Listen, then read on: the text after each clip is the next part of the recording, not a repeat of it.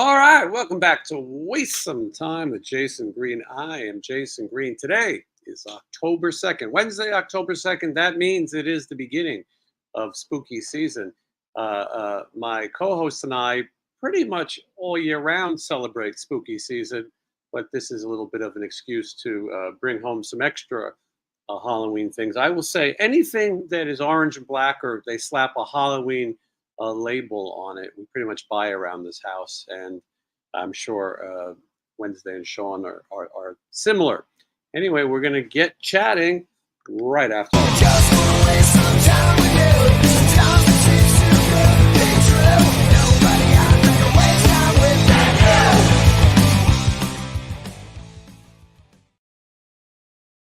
All right, last week we were joined by Stevie Rochelle. We were discussing the Nothing But a Good Time hair metal documentary, and it was quite the conversation and got a very positive response. That one's out there now if you haven't already seen it. After that, I was on my way to Memphis, Tennessee, and then to Jonesboro, Arkansas, back to Memphis, where I visited Graceland, which was quite an interesting experience. I'm not sure if Wednesday or Sean have been there, but we'll ask them. Anyway, let's bring in Wednesday 13. Here he is. Hello.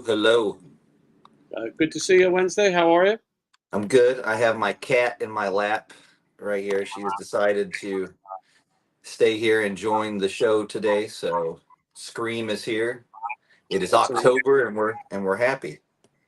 Yeah, that's a rare appearance. And before the show, Steve Rochelle messaged me, and he mentioned a convention called Monsterpalooza, and he said that he was going to give away some tickets. And put an article on his site, which he did. And I pointed out that I don't need the tickets because Wednesday 13 will be appearing at Monsterpalooza coming up in Burbank, California. But also, the representation for the Osborne family is Sean Clark, who was here, the birthday boy himself. Full circle. What's up? Well, hi. Happy belated, Sean. Thank you. Yes, happy belated. Yeah, we're all getting old, Sean.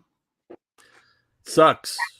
Yes, I was telling Jason I pulled my back out on the last show. I don't know what I did. But I did it. I've been like an old man for the last week. Damn. Yeah. How many more spooky seasons do we have? We got to celebrate. I said to Wednesday, we got to start collecting more toys and acting more childish because we're running out of time. Yes. True. And so are you guys like me and you go to the store and anything that looks Halloween related, you go, well, I probably need that. Yeah. I think it's for a stupid question. For me and Chelsea, we start finding the Halloween stores a couple of months before, and we're like, oh, we got to buy a bunch of crap, and then we'll buy a bunch of stuff pre-Halloween that we don't really need, and then by the time the Halloween stuff comes out, we're like, oh, well, we've already spent $500 on the pre-game crap. These are Peeps pumpkins. I can't have this. I mean, maybe I could have one, but it looked like I've never had a Peep. I've never had a Peep. Oh God, here we go. I haven't, but I do like to hold them and play around with them, and I've threw them at people before. This is Hostess Scary Cakes with Scream filling, limited edition. I've had those. It's basically an orange cupcake with the chocolate consistency. But anyway, I've never seen this before. I used to love Hostess cupcakes, and you eat them now, and they're disgusting. What? They are not good. I have to disagree with you. I think they're just as gross as they've ever been. I think they might have took out some ingredient. California loves to take away all the ingredients. There's something about it that is not as fun as it was when I was a kid. Tasty cakes, though, if you can get your hands on Tasty cakes. A fan who watched the show brought me some of these Coast. Those are still good. I still like great Twinkies. Value. Twinkies are good. They have a chocolate Halloween Twinkie right now or something. But this is great value orange and black tortilla chips.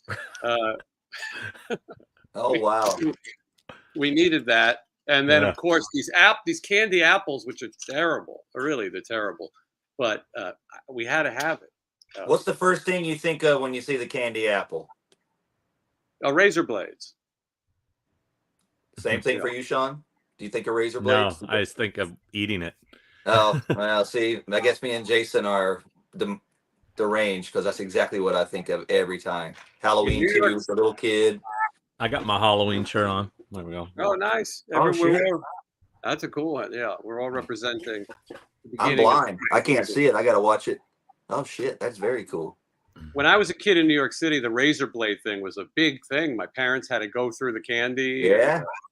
It was a big deal. We really thought that there was cyanide in there and all kinds of Needles, anything. I never found one thing, but I remember going through the candy with my mom after that. And usually Halloween 3 was just coming on as we were going through the candy. I'm like, oh, it's the one without Michael Myers. We could go through the candy. I Does it remember feel my mom and dad told me, not to eat any of the candy till I got home and they can go through it. Man, half that bag was gone before I got home. Mm-hmm. I'd sneak a couple little things. What about the people who gave you fruit, though? They were so wrong, Oh, I hated that. I don't remember too many people giving out fruit, but I remember those popcorn balls. Mm-hmm. Yeah, I got those. I had a lady give me a mason jar full of pennies. Okay. A full mason jar? I knocked on her door and I went, trick or treat. And she went, I ain't got no candy, darling. Let me see what I got. And I was like, I just went to the wrong house. And she came back with a mason jar full of pennies and gave them to me. I remember some people would like cut up pieces of cake or something and just give it to you. I'm sure they meant well. Or a candy that wasn't wrapped. They would buy a big thing of candy and like just reach your hand in there. Oh yeah, have some lasagna. Yeah. Here's a meatball. Yeah. Did you hands guys full of lasagna? Do you guys remember bobbing for apples? That's the grossest thing ever. I've never done that. I did. I've never been in a situation where there was bobbing for apples. I wasn't good at it, but no. You for the young people watching who may never even heard of this, you fill a tub or a bucket with water, and then you put your hands behind your back and you close your eyes. I don't know if you have to close your eyes, and then you bob. You try to grab it with your mouth, grab an apple with your mouth. But what happens is all the kids in the neighborhood come over, and everyone is salivating in this pit of water, and it's really gross to think about it.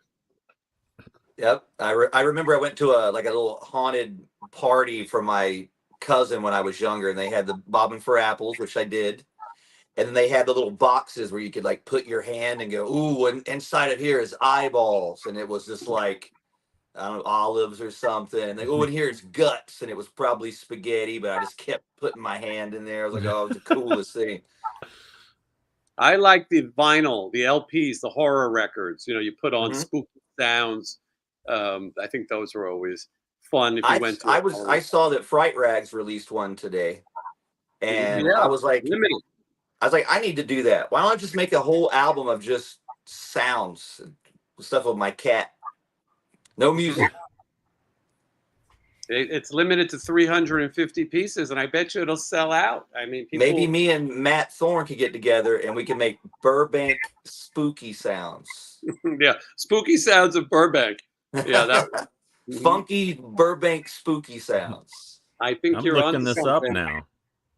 Now, do you guys remember some of the Halloween costumes you had when you were kids? Yes. I remember the worst one. I remember the worst one, the first. Okay. Well, I was obsessed with Rambo, so every year I wanted to be Rambo or just dress like an army guy and do the whole thing. And my mom was like, "You're not doing that this year. I went and got you a costume. You're going to do something different." And she went to Kmart late, and the only vinyl suit they had left was the Gamorrean guards from Return of the Jedi, the fat pigs guys. And I was like, she's like, "This is what you're gonna be." And I went, "I don't want to be a pig." And we had a big fight because she didn't even know what it was. and I had to be that Gamorrean guard. Motel Hell would have been better. Is that the Sounds of the Morgue, right? Yeah, I'm gonna have to message Ben and see if he's gonna bring any to Monster Mania this weekend. They usually vend there, so.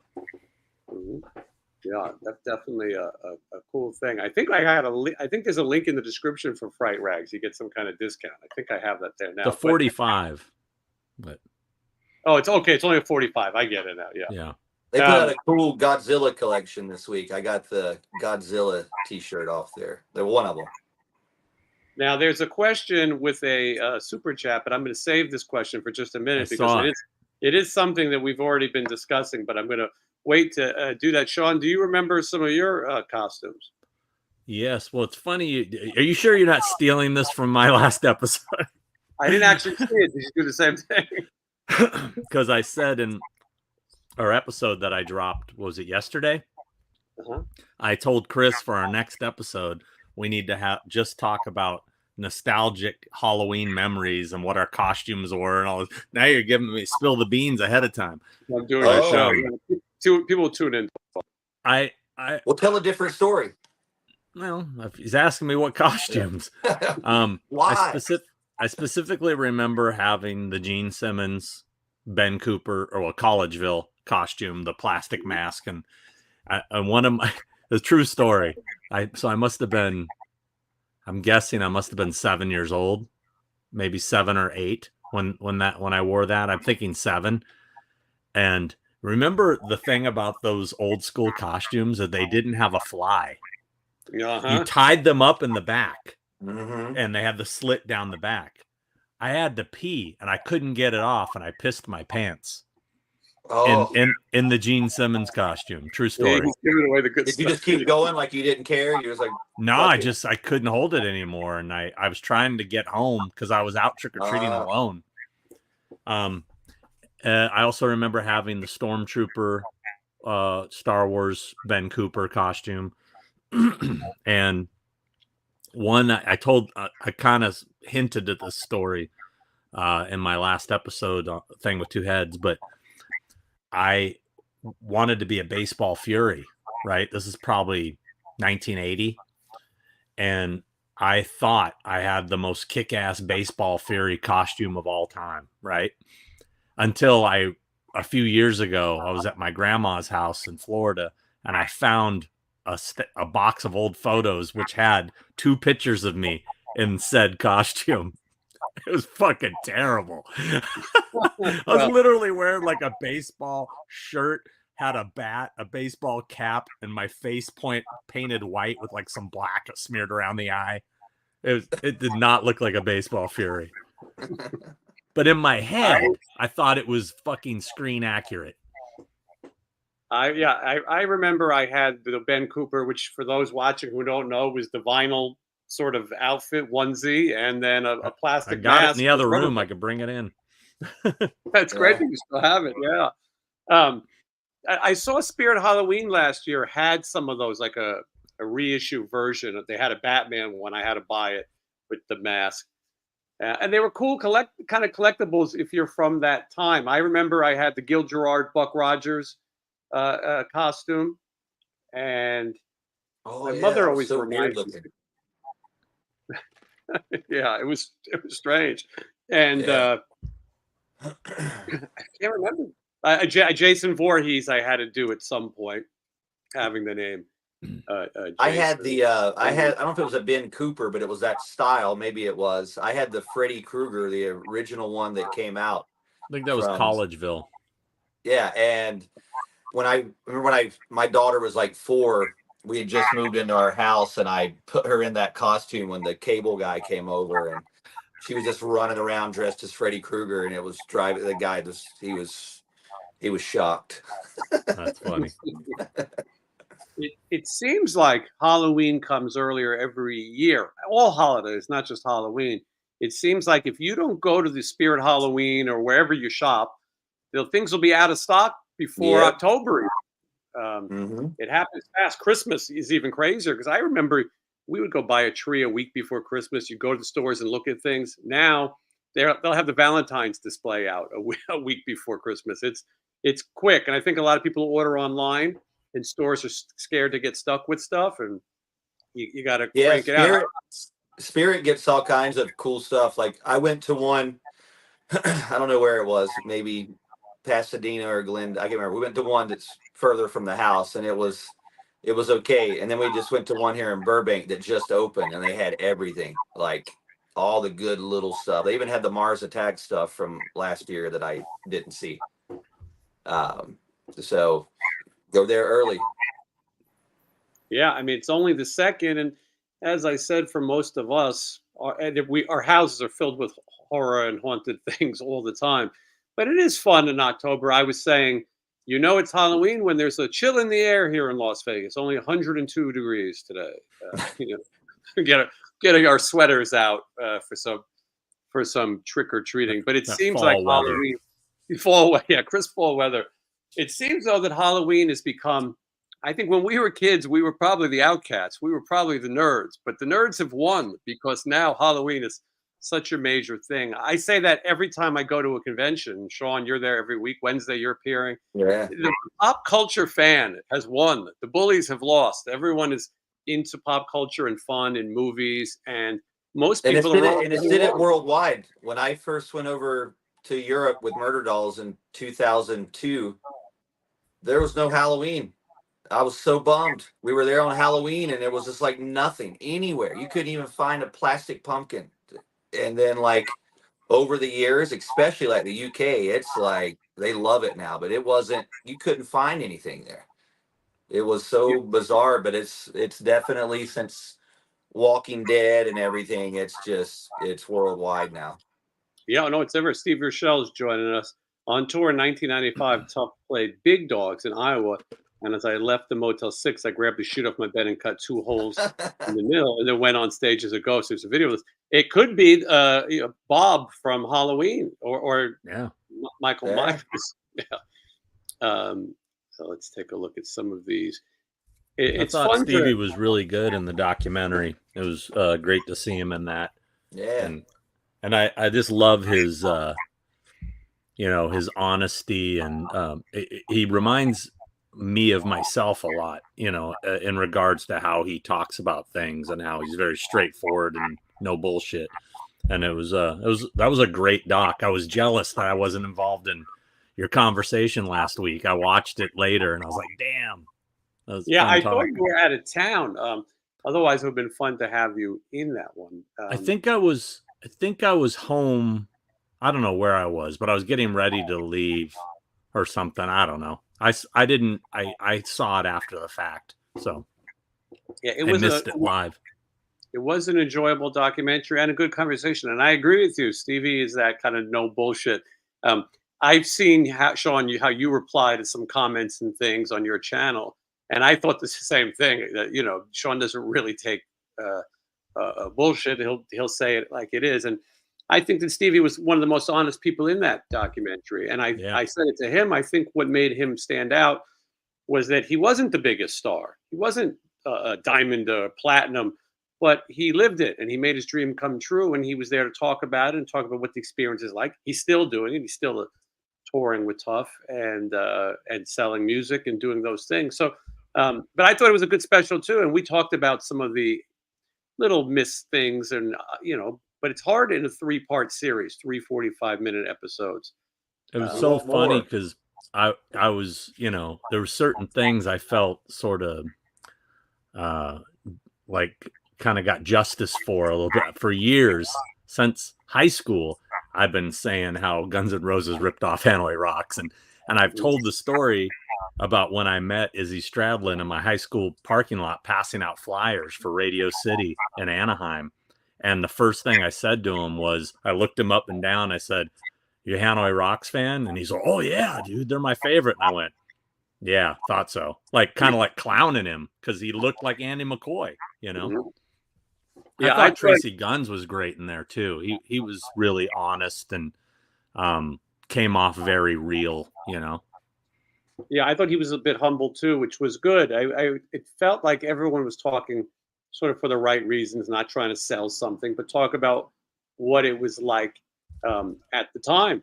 And now neither of you guys actually experience that, right? Because neither of you so me and Stevie would have been the only two that actually were there. Because Yes. I started hanging out on the strip 85. You know, I was a 15-year-old kid roadieing for different bands in the scene. And man, it was just such a who was the band crazy you time. roadie for? Who was the most popular band that we know of that you roadie for, or would we know? Probably Or would Stevie Witch. know? The band Witch. Yeah. They were really big in LA scene in the 80s. They were like Wasp meets Motley Crue. They were like a combo of both. And they were like my favorite band around that era. They couldn't hold it together. They were so fucked up on drugs and alcohol. They were witches. Yeah, they did one EP called The Hex Is On, and then they did like a 2-song 12-inch.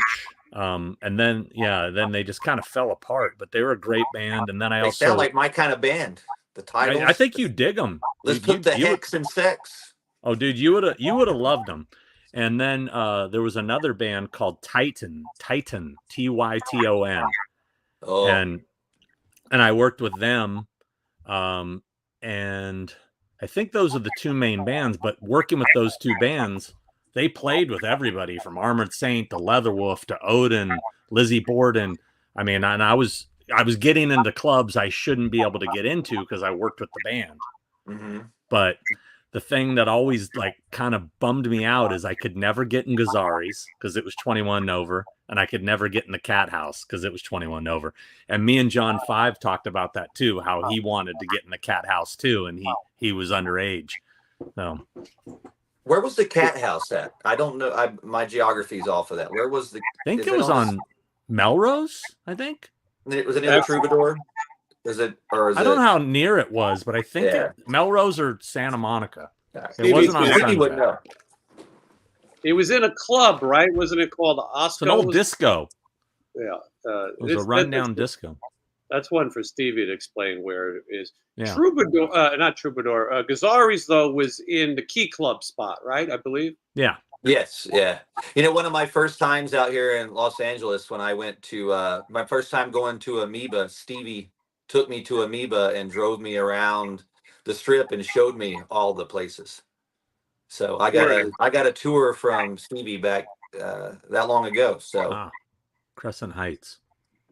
He says first location was on Crescent Heights for 1 year at a place called Osco's, but it moved after 1 year. And where did it move to, Stevie? Right, where did it move to, Stevie? Yeah. And I mean, pretty much. And that was the other thing. I didn't get to hang out at the Rainbow either because I was too young. So, you know, like everybody would go to the Rainbow, but I did party at the Riot House back in the 80s, man. I remember one crazy party. Witch had rented out like a penthouse, and it was total fucking debauchery. And here I am, like a 15, 16-year-old kid, just like not sure what to do, but just like happy to be there like a watching. Puff Daddy party. Freak Off.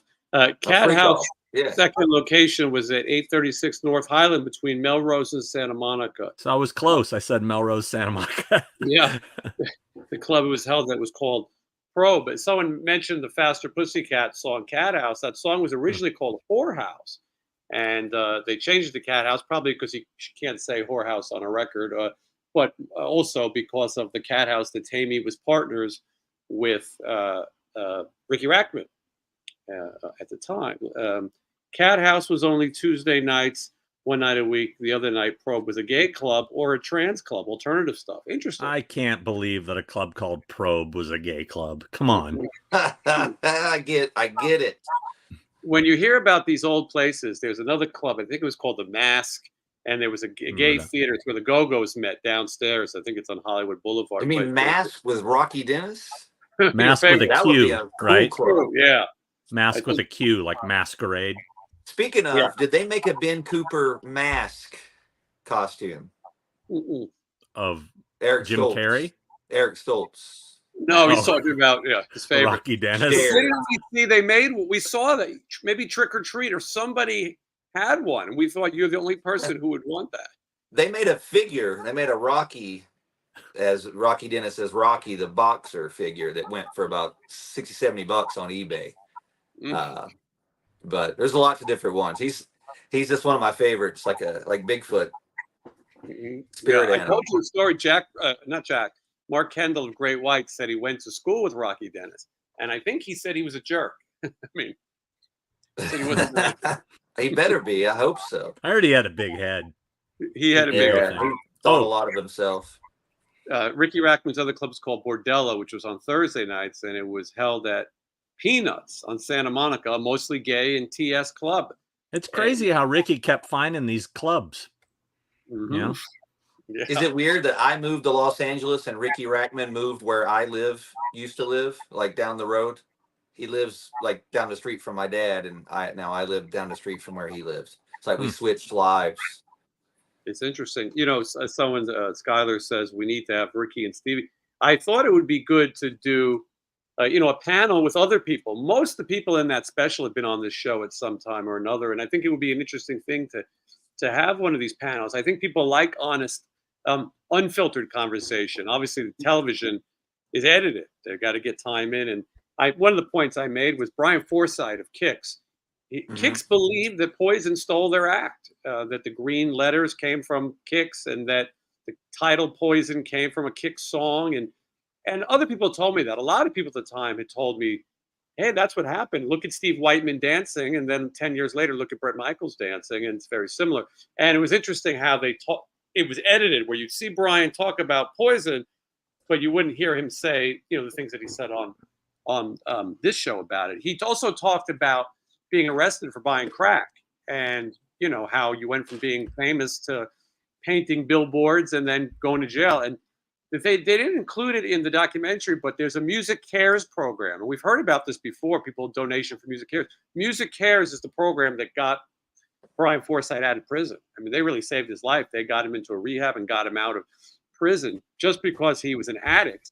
Probably jail was not going to be the best place for him. And so there's little interesting things as I was watching, and I kept thinking, oh, well, that story was on this show, but we got the full version of it. Rudy Sarzo talking about the plane crash was still emotional to this day. You could see it in his eyes. We were at a gig not too long ago, and he came up to me and he had his bass on. And I told Michelle, I'll call you right back. Rudy Sarzo wants to talk. And 45 minutes later, he was still talking. And he's such a nice guy, but he really was telling me these deep stories. He's got a great memory, and his memory of those events, watching his friends burning. I mean, what a tragedy you couldn't imagine. People know Randy Rhoads died in a plane crash. I didn't realize that Sharon's assistant was in the plane as well, and that it took so long for any help. Not that there was anything that you could do at that point, but that they were in the bus, sort of watching. The bus got buzzed. I don't think they completely explained it. Recently, someone was trying to sell the bus. The top of the bus came off like a sardine can. The plane went across, and so I thought it was interesting. I think the documentary is good. I'm on the road every week with those kind of bands. I think young people who are watching go, you know what?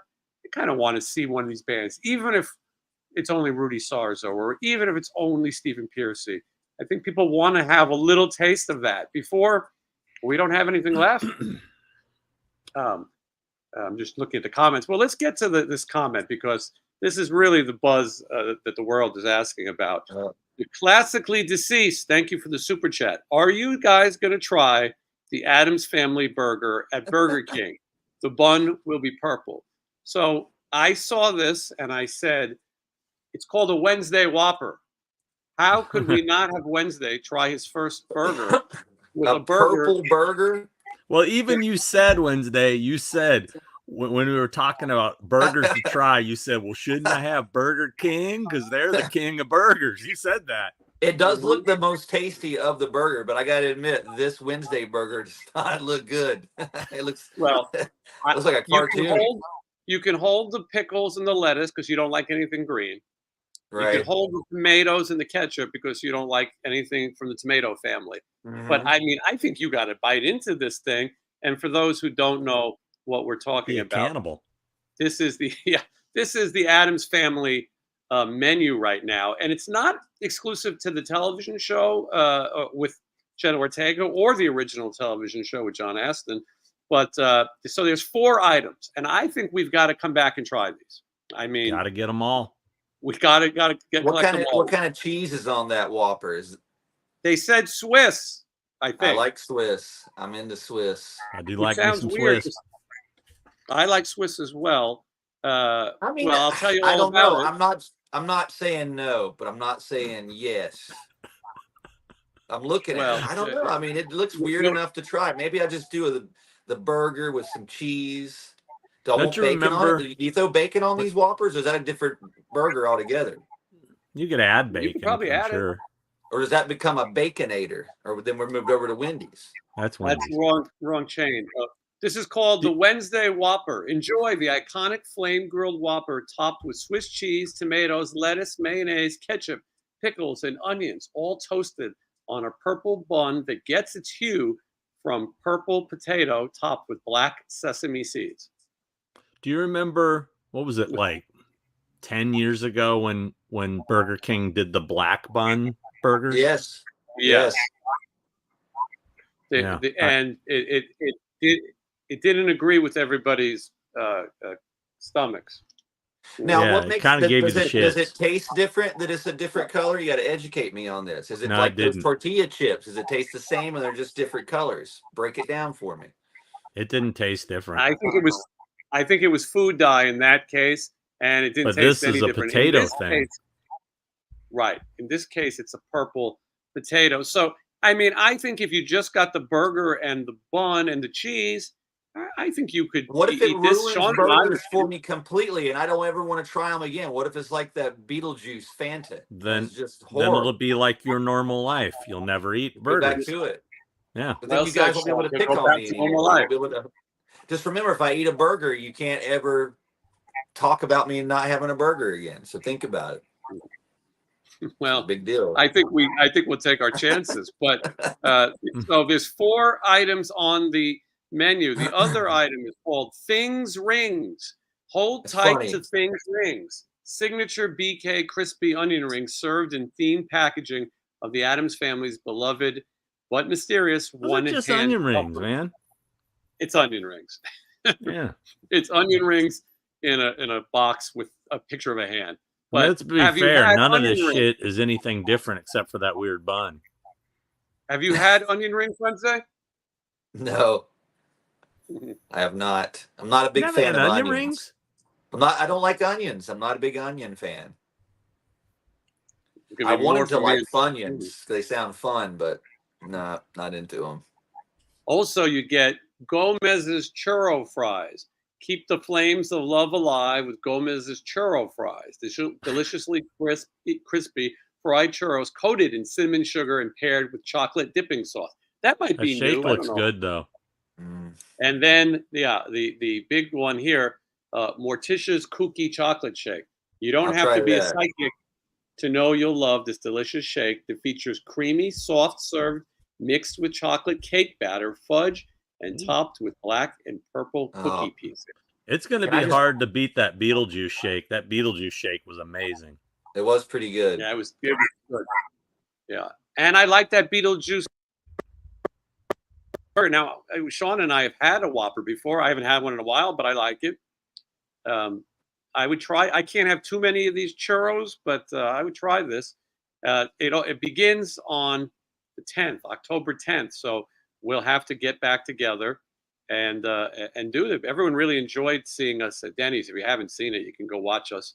Well, Sean, we'll be together at the convention in Burbank, right? We could try it that's there. true. We could have someone fly it in, like to the airport in Burbank there, and Trying to think, chopper it in. is there a Burger King near I where could I could call some people up and have it delivered. Here's the Back to the Future Burger King. That's the only one in Burbank. is that the I know. closest one? It might be, right? Probably, yeah. Might be. Yeah. Where Michael Yeah. We J. could have Fox, Marty McFly run it over. Skate Marty it over. McFly he's on I his could order it skateboard, on Uber Eats, but request a skateboard. to hold on to the back of a truck and go across the. I could write that in the description of what I want it, how I want it delivered. So let's talk a little bit about this Monster Palooza convention. I'm out of town. I'm going to be in some of the craziest places you could think of. Texarkana. I'm going to fly home. You're going to be in Texarkana?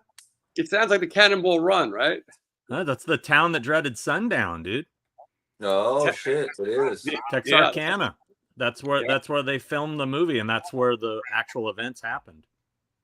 I might have to look around while I'm in Texarkana. I'm going first to Little Rock, Arkansas. You fly into Bill and Hillary Clinton Airport. Did you know that? And, They got their own airport. They got their own airport. And from there, we do a show in Little Rock, and then the next day with maybe Vixen and Quiet Riot, and then the next day, a very small private party in Texarkana, and then we fly out of Shreveport, Louisiana. I'm going to try to fly in to Burbank with Matt and see if I can't make this convention, because this really is the convention event of the year. Not only will you get to meet Wednesday 13 in person and Sean Clark if you choose, but you will get to see the Osborne family. What happened? We were so worried that they had appearances lined up. Ozzy's health obviously is an issue. They had to back off. All of a sudden, the announcement comes out that they're ready to do an appearance. Tell me about it, Sean. Well, he had a blood pressure issue that doctors didn't want him to travel. And I guess they got that under control. And now he's really game to do another convention. And literally they called me, I think let me see. It was like last Thursday or something, Wednesday, like Sharon and not you, Sharon and Jack conference called me and they said they wanted to do it. And I actually tried to talk them out of it. I was like, it's 2 weeks out, it's probably best we wait for the Pasadena show.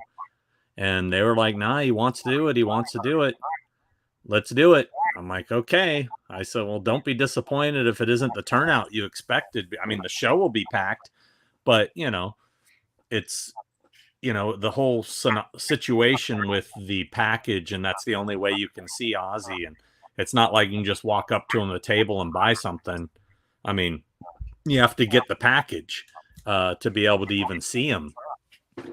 And I mean, I understand why they do it that way. I mean, but it's on short notice, it's harder to sell those a high price package. The package was the family idea, Sean, not yours. No, yeah, it's not me. It's the family thing. And so I mean, I've seen some people online going, oh my God, $699, that's ridiculous. It's like, dude, I was just at a convention where Mark Hamill was charging $400 for an autograph. Just an autograph. Just on an 8x10, yeah. This is, you get 4 separate, if you want separate 8x10s, you get 4 separate signed photos, signed personally in front of you from all 4 of the Osbournes, and you get a group professional photo op with them printed out for you. That's a pretty good price for all you're getting. If you compare it to like what Mark Hamill's charging $700 to sign a bulky item, as his sign said, Yeah, and Ozzy Osbourne is getting older. We hope that he's going to be around a long time, but he's had health issues. He's had to cancel before. And if it's your dream to meet Ozzy Osbourne, this is your chance, because convention prices are only going to get higher on everybody. Mel Gibson is $400, $500, and he's a big star. But just think about all the people that aren't here. Look at that. Who is that? I can't read. Mel Gibson poster. Yeah, nice. Very cool. Mad Max right there. Looks Got great. My Road Warrior poster signed. No, I saw someone comment about the Osborne price and was like, there's no way I would pay that, blah blah blah, and some people were talking as well. And I just started thinking about all the other people that aren't here that like, well, what if Bowie was around and people would be like, oh my God, I would pay anything to meet him now. The same thing with Ozzy. It's like, yeah, it's a price, but it's Ozzy. He's Ozzy Osbourne. When are you gonna? You won't remember. Chance to meet him, this is your chance. It's like the picture and the autograph will last your lifetime. You won't remember. Does Sean freeze, or is he? He's playing games with us. Yeah, I thought so. I was like, wait a second. I think he's frozen, but I'll keep All right, talking. Sean, if you're here, don't say anything. Nope, he's here. He's messing with us. This is one of his games. He's back. Well, okay. You hear me now? Yep, you're all. We've been having internet problems in our city, in our city, and like the cable company has been messaging us, keeping us updated, and they said it was solved. Then suddenly, everything started pinwheeling. I was like, what the hell? The way I feel about paying to meet people at conventions, one, you don't have to. Nobody has to pay. No one's required to meet anyone. But the way I look at it is we all spend money in life. I'm not a cheap person. There's some people out there who have their first dollar. I'm not one of those people. I've made worse purchases than $600 to meet the Osborne family. And at the end of the day, that picture and memory will be with you a lifetime. You won't remember that you spent $600. Listen, if you can't pay the rent, meeting Ozzy Osbourne's not for you. I get it. It's not for everyone. But if you want that collectible and you want that memory, we've all built our collections. I remember Pete Rose. He would do conventions every single day. Here in Las Vegas, he would sit in a mall and sign autographs every single day. And people would say, his autograph's got to be worthless. He's there every day. Well, he's passed away now. And I bet a lot of people go, wow, I wish I would have got a Pete Rose baseball or a Pete Rose bat. Sean might have a Pete. I'm surprised he might have a Charlie Hustle item there. But so I think if you can afford it, make the memory. Don't you want one of those? I mean, come on. Whoa. Looks He's good. got a good signature too, And he wants to be there. Yeah, he wants to be there, and he likes to meet people. Even though Eddie Trunk tells you famous people don't want to meet you, Ozzy's doing this. He doesn't have to. Believe me, he could stay home. And if you don't charge a high price, you won't be able. Look, that's beautiful. Nice pen. If you don't charge a high price, no one will get to meet him. Every single person will be there. They'll go all day. You have to have some kind of price control. And people are collectors of this stuff. They want their memorabilia to be worth money. That's the part of this. That's why I want to bring my Funko Pops. I have the original one. It's like number 9 or something, and it's an expensive Believe pop. me, I just saw Ken Page at a at a convention recently. Now I've had him sign my Nightmare Before Christmas poster, but there was a couple other Oogie Boogie items I'd like to get signed, and I was like, I'll do it at the next one. Yes. Oops. Where said Sean? Yeah. Ken Page, rest in peace. Oogie Boogie of A Nightmare Before Christmas has passed away. I thought the same thing. On my birthday. You did it. My birthday was bad news for people. We lost Pete Rose, Oogie Boogie. They announced John Amos, even though he ended up, it was all in the same. I was like, God damn, this is a bad day. Wednesday, what was your reaction when you found out John Amos had passed? Damn. Me too. Yeah. And he passed in August. It's a miracle that they kept it quiet. How that happens. Well, it makes you wonder, did it take that long to find him? Or, could have been. One of his children, I believe it's his daughter, didn't even find out until she read it saw it on TV. So it's crazy. But yeah, Ken Page is a great example. I have him on a Funko Pop, but I also said, this guy's going to do conventions every day. Now, suddenly, if you want to make a Nightmare Before Christmas piece, you've lost one of the main characters. Danny Elfman, Chris Sarandon, and Catherine O'Hara. That's about it at this point. And I'd fortunately met Glenn Shaddix, who was the voice of the mayor. I got him years ago, but he's been gone for quite some time now. He's also in Beetlejuice. Otho, yeah, and also the preacher in Heathers, which yes, he did the Hollywood show. I remember I got him there too. I think so. I think that's where I got him. Yeah, probably the only appearance he did. He gave me his business card. I still have it. Wow, that's cool. Yeah, I think that, again, if you have the money and you want to make these memories, it's a fun thing to do, So that's my opinion on that. Yeah, it's not going to be cheap, but if you want to meet Ozzy, this is probably your chance to do it. I was fortunate. Ozzy had always done appearances and signings. He was always very fan friendly for a guy of his fame. he was a pretty a fame-friendly guy. We should mention James Earl Jones as well. I've seen a lot of shitty comments online since the announcement's been made about how they're wheeling him out there and it's like elder abuse.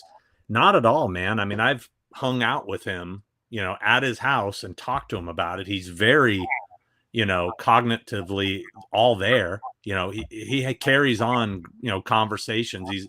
He told me, he straight up told me, I fucking love to do this, man. I'm fucking stuck in the house all day. It gives me a chance to get out there. I mean, at home, he's just dad. He doesn't have a chance to be Ozzy anymore. He's not on stage performing. This is his chance to be loved by the fans. And believe me, he really, really enjoys it. In fact, his family told me one of the most touching things I was told after we did that Famous Monsters appearance was that he had been really depressed and that appearance really recharged his batteries. He was super enthusiastic after that. So I know when we had to cancel those shows, he was super bummed. So yeah, you spent multiple weeks sitting with him while he did these signings to try to make up for the people that for the appearance he couldn't do. Yeah. And it is something where it's nice for people to tell him that they love you and be idolized. It's a good feeling for him.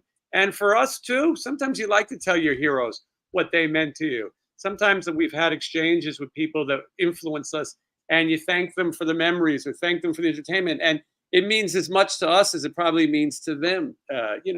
It's nice to have that moment. Now, Frankie Valli, that is Elder. Dude, Frankie Valli looks like an animatronic at Chuck E. Cheese. He holds his mic down here. He's not even trying. He's like. He has a kill switch on his microphone that he can turn off, obviously. And he turns it on when he does a rap in between. But he doesn't even have much. And I love Frankie Valli. I think Frankie Valli is one of the greatest of all time. He's got so many amazing songs. But it's done. It's time to call it a day. For years, he did a little bit of lip syncing. It got worse and worse and worse until now. He doesn't even look like he knows where he is. So that's pretty sad. But Ozzy is not in that case. And as you said, Ozzy's probably he is cognitive. He knows where he is. He knows what's going on. His body might have health issues, but his mind, he knows what's going on. Okay, let's take a look here. Well, we had another question. He's really fucking funny. Mm-hmm. He's really funny. He tells some he'd catch you off guard with his humor. I mean, he's cracked me up several times. Steven told a good story about him relieving himself in people's shoes. Nothing but a good time. All right, question from AZ. Thank you for the super chat. Speaking of Poison, have you ever met Billy Dior? And do you think Poison stole his songs? I can answer this probably the best. Billy Dior was in a band called DeMalls. DeMalls. Thank you, Wednesday. Yeah, DeMalls. And I had him on the show. Stevie Rochelle said, hey, he's got this book. You should have him on. And I read the book and I enjoyed it. And I had him on. And I kind of only asked him questions about him suing Poison. And I think he felt railroaded because he was not supposed to talk about it. He had a settlement and he was not supposed to talk. Allegedly, Poison stole a lot of songs he wrote. He did lose his lawsuit. It's a crazy story. It's an episode I never aired and I probably never will. But Poison seemed like they stole a lot of people's songs. Key Marcello from the band Europe, I think he wrote I Want Action. There's a song, you can look it up. It's the same exact song. Talk Dirty to Me was in Billy Dior's band. He played that song with CeCe DeVille. They were in the same band. And CeCe brought it over to Poison. But you know what? RATT has these stories. Every band, Robin knew a guy who had a song. Yeah, Korn and Orgy. I mean, half of that first Korn album, Ryan from Orgy wrote half those songs when they were in Sex Art. And John left Sex Art, joined LAPD, took half those songs with him.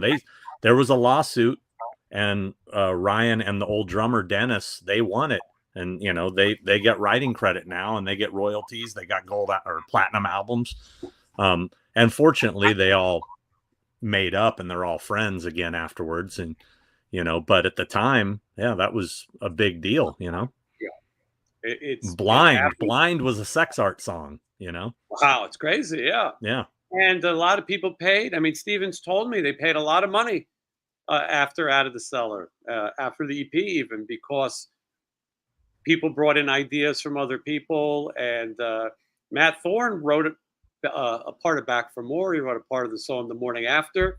At the time, he didn't really know. He kind of said, "Well, I'm leaving the band," and when it became a hit, they had to work it out. You know, something I never noticed until I watched that doc, because I never was a Firehouse fan, but as soon as they played that song, I'm like, that's friggin' Round and Round, that guitar riff. There's some song that, was there ever any lawsuit over that? That riff is identical. What song is that? I don't even know. It's probably Don't Treat Me Bad, I think. I've heard it before, and I think Steven brought it up before, and I think they just kind of said, "We don't care. We're not going to go after it." Pretty distinct riff, man. Yeah, and there's an LA Gun song that's also a RATT song. It's on the EP. It's called "You Got It," I think. It's also talking about love, sex action. It's the same song. I remember telling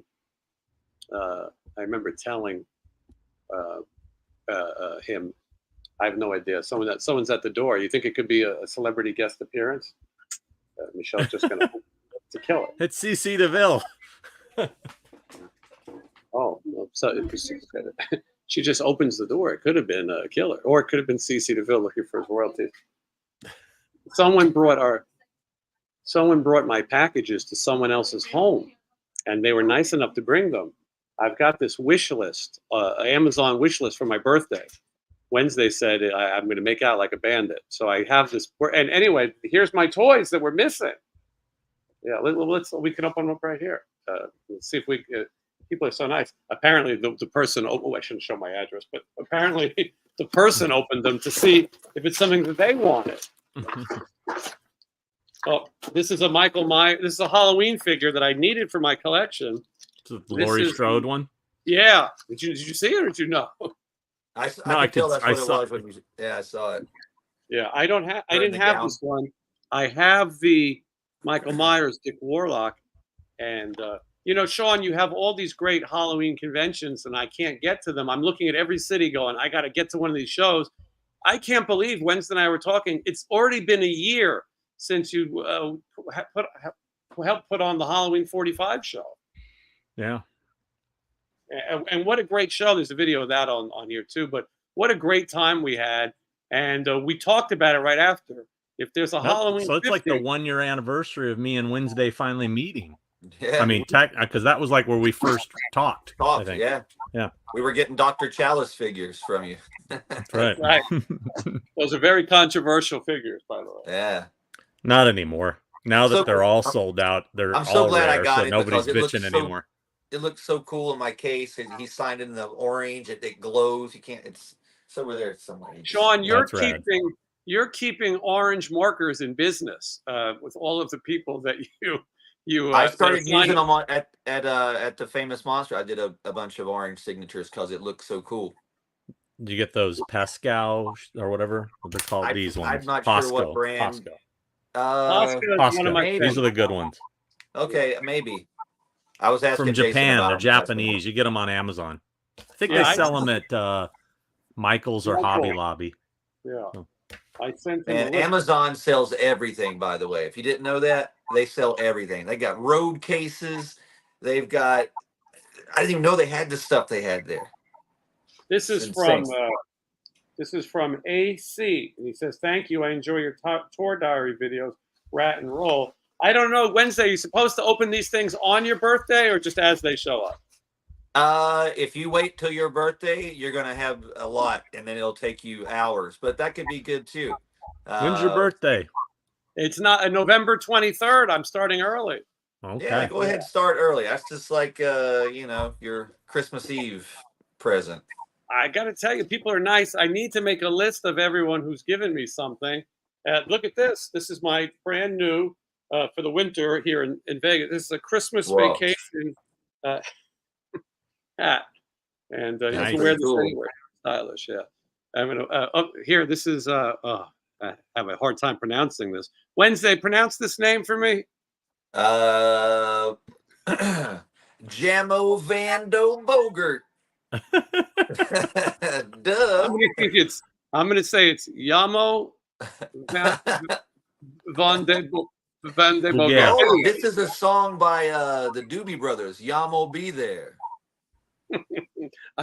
You'll be there. Yamo Be There. No, I'm just kidding. Just kidding. Anyway, but thank you to everybody. And I didn't get the name of the they probably stole the card on the Jamie Lee Curtis figure, but I definitely needed that one. Yeah, a bunch of grown men with a bunch of toys. I wish I had a good name like that name, Yamo Van. That just sounds important. I don't have a good name. My regular name's just not as important as that. This is Stixer. Last week, Stixer was very generous and wanted to be friends with Wednesday, social friends, and she probably dropped like $100 last week. This is Wednesday's favorite question. Yes. Brett, I'm going to go to the bathroom while he answers this.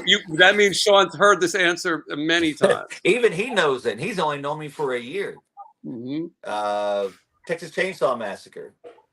One of my fans brought me this at the Famous Monsters thing. It's I didn't know what it was. I still don't really know what it is, but it's like a photo book as if you were there and you're watching scenes from the movie. Like, it's pretty cool. So that is my favorite movie. And one of these days, we're going to get there. Me, you, and Sean. Sean already set it up where we could stay the night. So we're going to have to make that happen when there's a time when we're all not, if there's another pandemic and we have nothing to do. Grace, who is Way Cool Jr., she's the one who sent the Halloween one. And thank you, Grace. That's very cool of you. Grace also met Wednesday and was speechless. She was so taken away by meeting him. But there it is. You have to say grace like on a Christmas Vacation. Grace. The blessing. The blessing. Now, she got blood on her arm. I can't see that. Is that yes? that? Yes, it does. You know, one of my favorite parts in part 2 is when the last Starfighter's in there talking to her in the hospital room, and he goes, "Hey, want a Coke?" I always do that to people, and no one ever has got it. I'm like, if I'm ever somewhere, I go, "Hey, want a Coke?" It always works if I'm near a Coke too. Wednesday, your fans are out of control as usual. I love it. I'm out of control, so that's what I want.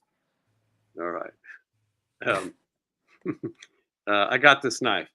I got this knife.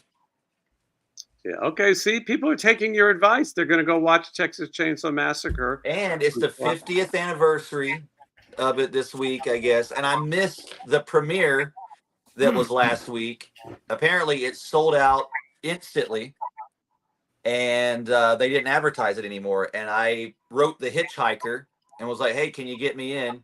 And he wrote back the following morning and said, "Yes." so I missed it, but that sounds honorable right. mention could have been there. Here's a question that they're asking Wednesday, but Wednesday already answered. The question is, has Sean tried this? Have you had the Oreo Coke yet? Yes. It's good. Did you like it? I mean, it tastes like vanilla Coke. Kind of, but it's not. Which vanilla Coke is good too, so it's not bad. I'm waiting for the actual. I couldn't find the actual cookies, No. so I ordered them off Amazon. They still haven't come. But the funny thing is, when I was in Ohio for a Horror Hound, we went to a Target, and another day we went to a Walmart, and I saw them. Piles of them. They had tons of them. California couldn't find them anywhere. They probably had cats and dogs in them, though. It's true. Anyway, I'll just stay with it. Yeah. They're eating the Oreos, They're people. eating They're them. eting them quite rapidly.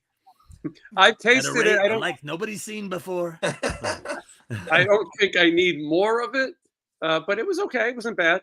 I'm dealing with this kidney stone still. Oh, go ahead. Real quick before you get on to your "oh woe is me" kidney stone story.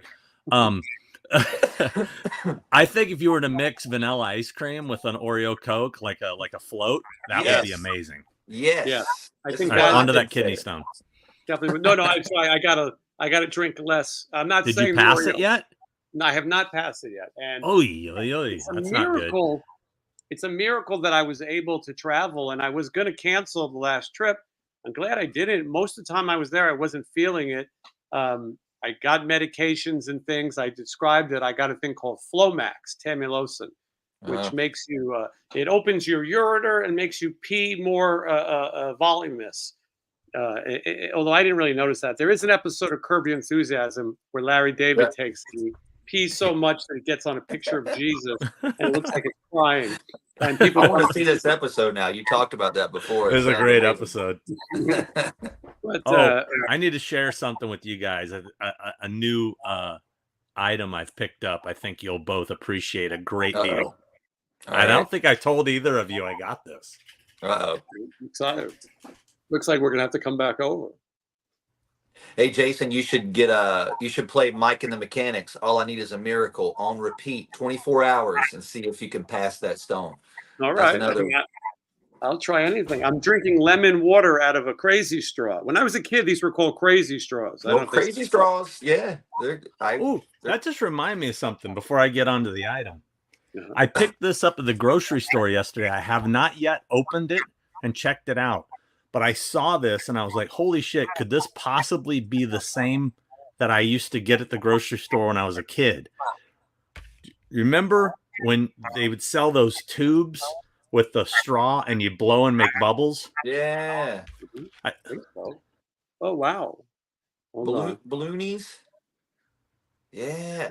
Yeah. Now, they had a very distinct smell. Uh-huh. I have not opened it yet. Should I do that now and see if it's You the probably OG? get high off of it. It's like Let's do it. Hold on. Whip it good. I thought they stopped selling them because they were toxic, you know? They probably are. If this smells the same, we're in business. Oh, 100%. It smells like fucking acetone. Oh, yeah, this is the shit. This is the shit. Sniffing it. Kids are going to be huffing this now. Yeah. Hold on. Don't you just like put it on the... Oh, shit. It just dripped all over my fucking keyboard. Oh, no. This is not good. It's turning my keyboard yellow. Hold on. This ain't good. It's like not good at street all. trash. It's like the Viper. I now have a yellow keyboard. It's going to burn through your... But you can enjoy that smell now all the time. Yeah. It's on my keyboard. I can smell it. It's probably going to ruin my keyboard. Well, are you supposed to shake it up or something? It came out all funky. I never was allowed to mess with those because I don't of think the toxicity. I walked past it. There we go. It comes out. Hold on. Let's see if we can make this work. How the fuck's this work? We got to thank Sean for not doing this on his I got show. it. Us. All right. Here we go. You put it in. All right. You put it in the tip. You put it in the tip of what?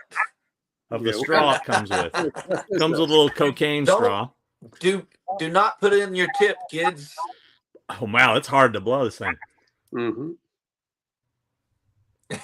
This whole thing is getting... That sucks, man. It didn't do shit. You're going to blow your eardrums out. Okay. I bought it mainly to smell this smell. Yeah, well, you had a moment. I mean, that's kind of we're all trying to relive our past. I like this question here. It's for Sean, but the question really is for Wednesday. Sean, is Wednesday 13 going to do table photos at the Monster Palooza? Of course he is. Yeah. Doing everything. Tables, eating Whoppers, whatever you want, whatever the fans want. He's there for you. Yeah, and he takes it serious. He dresses up. But Wednesday doesn't show up lazy. You want to see the rocker? He'll bring it. And I'm right ready to see the item. Yeah, it'll be fun. You ready to see this item? Let's see it. Let's see what you got. Let's see the big reveal.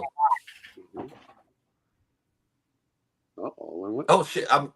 Whoa. Peter Criss. Wow, yep. That's insane. Now, where does that come from? Is this from the movie? Yeah. Wow, Just like the Phantom. Is that what you bought? This is your latest? That's my latest item. Yeah. Does Sean 5 know you have it? Yes. I texted him a picture. He immediately called me. Wow. Wow, that's a great piece. Have you decided how you display it? I don't know. I mean, I don't know. Why don't you get him to put it on and get a picture with him? That could be cool. That thing looks so small. I don't think it could fit. I mean, dude, it's tiny, he could dude. throw it he could one arm it and do a side picture with you. Yeah. You can talk him through it. Mm-hmm. Well, what did he say to you Wednesday when you met him? I walked in. He goes, "Hey, wow, you look really cool." And then we took the picture. And then he goes, "Kind of look like a Nazi." And I just kept walking. Well, let's be fair. Although Nazis are bad people, they were pretty cool dressers. They did have fashion sense. Star Wars got a lot of inspiration from Pink Floyd, The Wall. Yeah, 100%. G.I. Joe, Cobra. Stixer would like us to know that I think it's a she has a couple horror Funko Pops, including Leatherface. Nice. I have him up here somewhere. Mm-hmm. Anyone remember making creepy crawlers? Creepy crawlers. Did you have anybody have the Dissect an Alien toy? Did you remember that? It was from I didn't have it.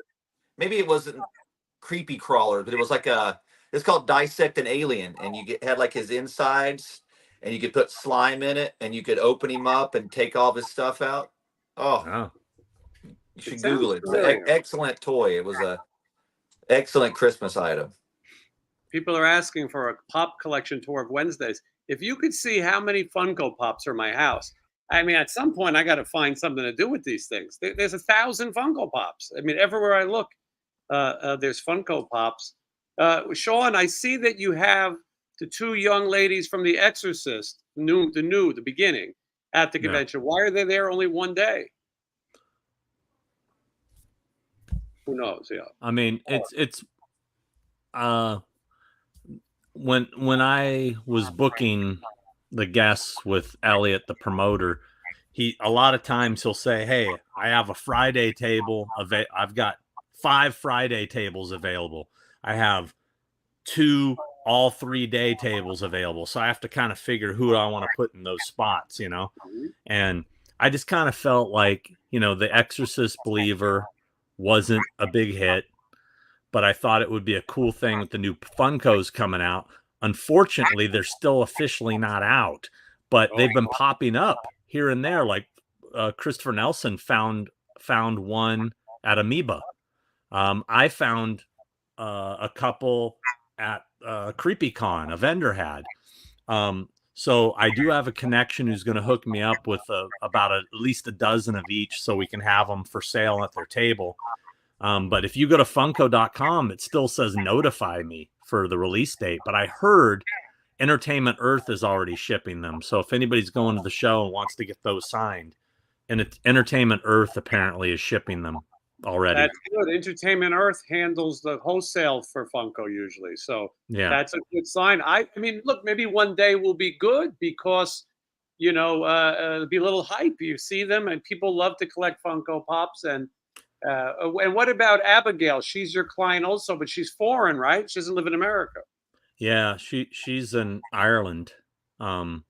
So we were able to I was able to get a couple dozen of those that we sold when she did Whorehound, but as of right now, she doesn't have anything else booked. So, I got a couple signed Funkos for myself, but yeah.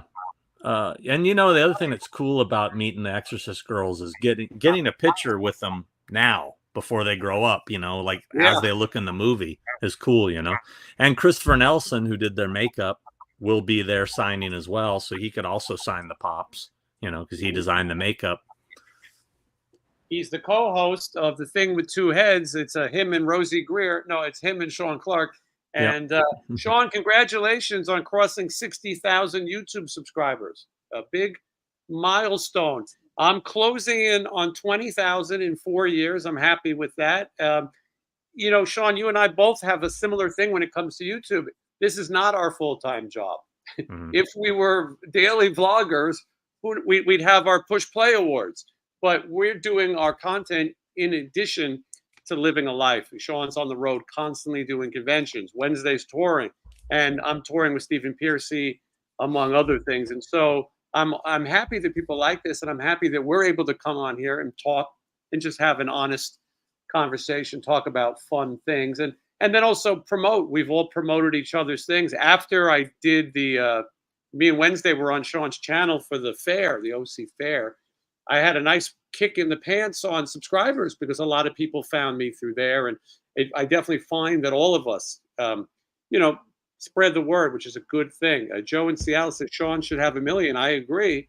I think Sean, I wanted to ask you, does October kick up your content because you have such great horror content? Not You haven't really. noticed it? No, I don't really see a difference. I see a difference when I am consistent with posting. Like if I drop like something once a week, you know, like if I'm able to do that, I noticed it seems like you fall into the algorithm more and they start pushing you more. Me too. But like for example, I just put up that new Thing with Two Heads episode, and it's really starting off sluggish. I don't know if that's because we haven't done one in so long. I don't know. I mean, I don't know what it's at, but usually in the first day, they seem to get like 5,000 views like right away. But this one, I don't even know if we've hit 5,000 yet. And it's been up since. YouTube wants you to do it like a daily job. The more you give them, the more they push videos. You got to feed the beast. You got to feed the beast. The algorithm is the beast. I got an interesting video that I'm trying to edit. I went Stanley from Life, Sex, and Death, and you guys know who that is. 1992, an album called The Silent Majority came out. Heard of them. And Alex Kane is the guitar player in the band. Stanley was what a lot of people would think maybe homeless. He smelled bad. He wore the same clothes. He would urinate on himself, to put it mildly. And anyway, he lives in Vegas. And he said to me, hey, why don't we get together at the Pinball Hall of Fame? I'd like to play some Kiss pinball. I said, okay, let's see what happens. And what happened was interesting. He showed up with this character, Gary, who had a mullet, and it was interesting. And was Kiss Pinball even working that night? Because last time I was there, it wasn't working. Thankfully, it was working. He wasn't very good at it, but he started telling stories about Gene Simmons. Gene Simmons was going to produce Life, Sex, and Death. He was going to sign them, and they chose not to go with them. As Stanley was telling the stories, I realized I'm starting to get an interview with the guy. And then he realized that maybe he was talking too much and that maybe he should stick to Stanley for a little while. And so I'm looking at the content and trying to figure out, do I put out all the crazy Stanley stuff? And so I'm editing this piece. It's interesting. He hasn't done an interview in 33 years. And so I got that. And then I was off on the road. Have you guys been to Graceland? No, last time I went through there, I think I was really hungover. My band went though, so I saw all the photos. Next time. It was an interesting. I was hanging out with Priscilla Presley this weekend. Nice, yeah. I see she's doing these conventions. I met her once at the licensing show. It was an interesting experience. I always wanted to go to Graceland. I was always an Elvis fan as a kid. I've always been interested in people whose celebrity is so massive. I mean, Elvis might have been the most famous person in the world. People still come from all over the world to see Graceland. And Elvis is like, he is the tourism for Memphis. There's not a lot to see in Memphis. And as people warned me, it's not the safest place. I hate to say that, but everybody told us don't stray too far from Graceland. We had to go to Memphis to film, so I said, well, I'm going to stay an extra day. I stayed at a hotel called the Guest House at Graceland. Basically, right next door, they built a giant hotel that plays Elvis music all day. They have a movie theater, and every night they show an Elvis movie. They have 3 Elvis channels. You can choose 50s, 60s, or 70s. 68 Comeback Special is on a loop. On the other channel, Aloha from Hawaii is on a loop. And I didn't know what to expect. We got in early, barely got any sleep. And it takes about 5 or 6 hours to see everything. Seeing Graceland is actually, it's overwhelming. I actually think I should have spread it out over 2 days. And I kept saying, look, I'm not hardcore. I'll go through it. The house itself is very quick. They can't show you everything. They don't show the upstairs where he died, the bathroom where he died.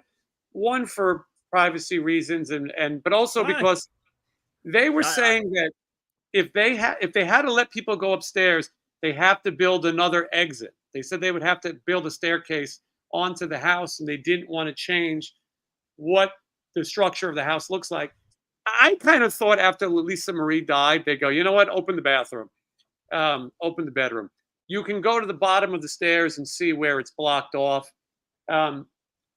Listen, they let you on his plane, and they have a jet, and they only let 2 people in at a time. I suppose for some VIP thing, they could bring 2 people up. Nicolas Cage, who was the ultimate Elvis collector, he even collected Lisa Marie. He went up there, as one of the rumors, but not many people have seen. Well, think about it, man. You could do a premium $100 Elvis toilet photo op, like take a picture on the throne where he died. Yeah, I'd pay for that. See, and weren't they having like financial issues? Wasn't there a point where it was going to go bankrupt and they were going to have to sell it? They had some issues, but recently they actually had a scam, like a Nigerian bank scam. Somebody claimed that Lisa Marie took a loan out and didn't pay it. It turned out to all be an elaborate hoax. Riley Coe is the heir to the Elvis family and fortune now. She's an actress, and she is the daughter of Lisa Marie, and she's kind of in charge. She's doing an appearance there and signing lithographs and things. And it was interesting, but you go in and out of the house pretty fast. You get an iPad and some headphones, and John Stamos gives the tour. What? John Stamos? They also had John Stamos memorabilia, including a guitar played on Full House and the Good Morning San Francisco sign from the TV show, and then the suit that he married Becky in Graceland. So they don't really stay on top of you. They say no video, just take pictures. I try to be as honest as I could, but they don't really bother you. They let you walk around. They let you walk around the property. At the end, you go in, you visit the racquetball court. The day he died, he was playing racquetball. And then you see the graves. It's called the Garden of Meditation, Meditation Garden. And you see the graves of his father and his mother. And Elvis had a stillborn twin.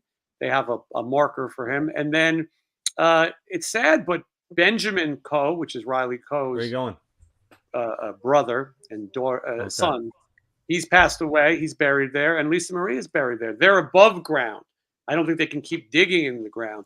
I think what they have to do to get buried on your property, supposedly you get a tax break for making your property a cemetery, but every morning at 7:30 to 8:30 a.m., they open Graceland for people to go to the meditation garden, and you can just walk in the iconic gates, and no one bothers you. You can walk through Graceland and then go out and pay your respects to Elvis and the family.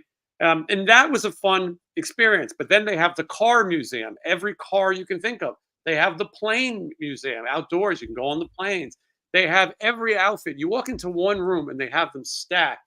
They must have 50 to 100 suits that he wore, everything. The 68 Comeback Special suit, the Aloha from Hawaii. I mean, everything is so well documented. The TV that he shot a hole in, the soda dispenser that he had tab on a tap.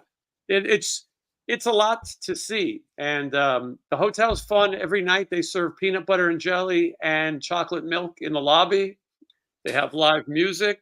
Damn. We ate at his Vernon Steakhouse. Vernon was his father, and we had some of the best barbecue we ever had. It was incredible. Wasn't this thing peanut butter and banana sandwiches? It was banana. I thought they were missing an opportunity. Maybe it's cheaper to make jelly. At his mother's restaurant, they do have deep fried peanut butter and banana. Someone told me he added mayonnaise to it as well, but I didn't get into that. And I did get a nice pair of these glasses. because you All can now right. wear these everywhere you go. I did get this. I did get a TCB in a flash necklace, and I didn't buy as much nonsense as I thought I would. A lot of the stuff is stuff you can buy anywhere. It's not exclusive to it. But that I would say to anyone who wants to see it, stay at that guest house at Graceland, walk over to Graceland, and you've seen it. But it is great. It is fun, and it's a good experience. The next morning, I went to a hotel called the Lorraine Motel, which is where Martin Luther King was assassinated. It's now a civil rights museum. It's not the greatest neighborhood. We took an Uber. They warned us, don't stray too far. Yeah, well, But we got to clearly see not a good neighborhood. Look what happened to Martin Luther King. Yeah, they got Dr. King. I mean, Yeah. Shot so him. If a black death. man's not even safe there, yes, it was. good luck, Whitey. Yeah. You ain't going to be safe. We got into the Uber, and I told Michelle, I said, Too soon? if the Uber driver is good, what we'll do is we'll tell her to add a stop, and we'll get there. We'll take some pictures and some video, and we'll get back in the car. The woman's car was filthy, and there were soda cans in the back and straw, and she was eating.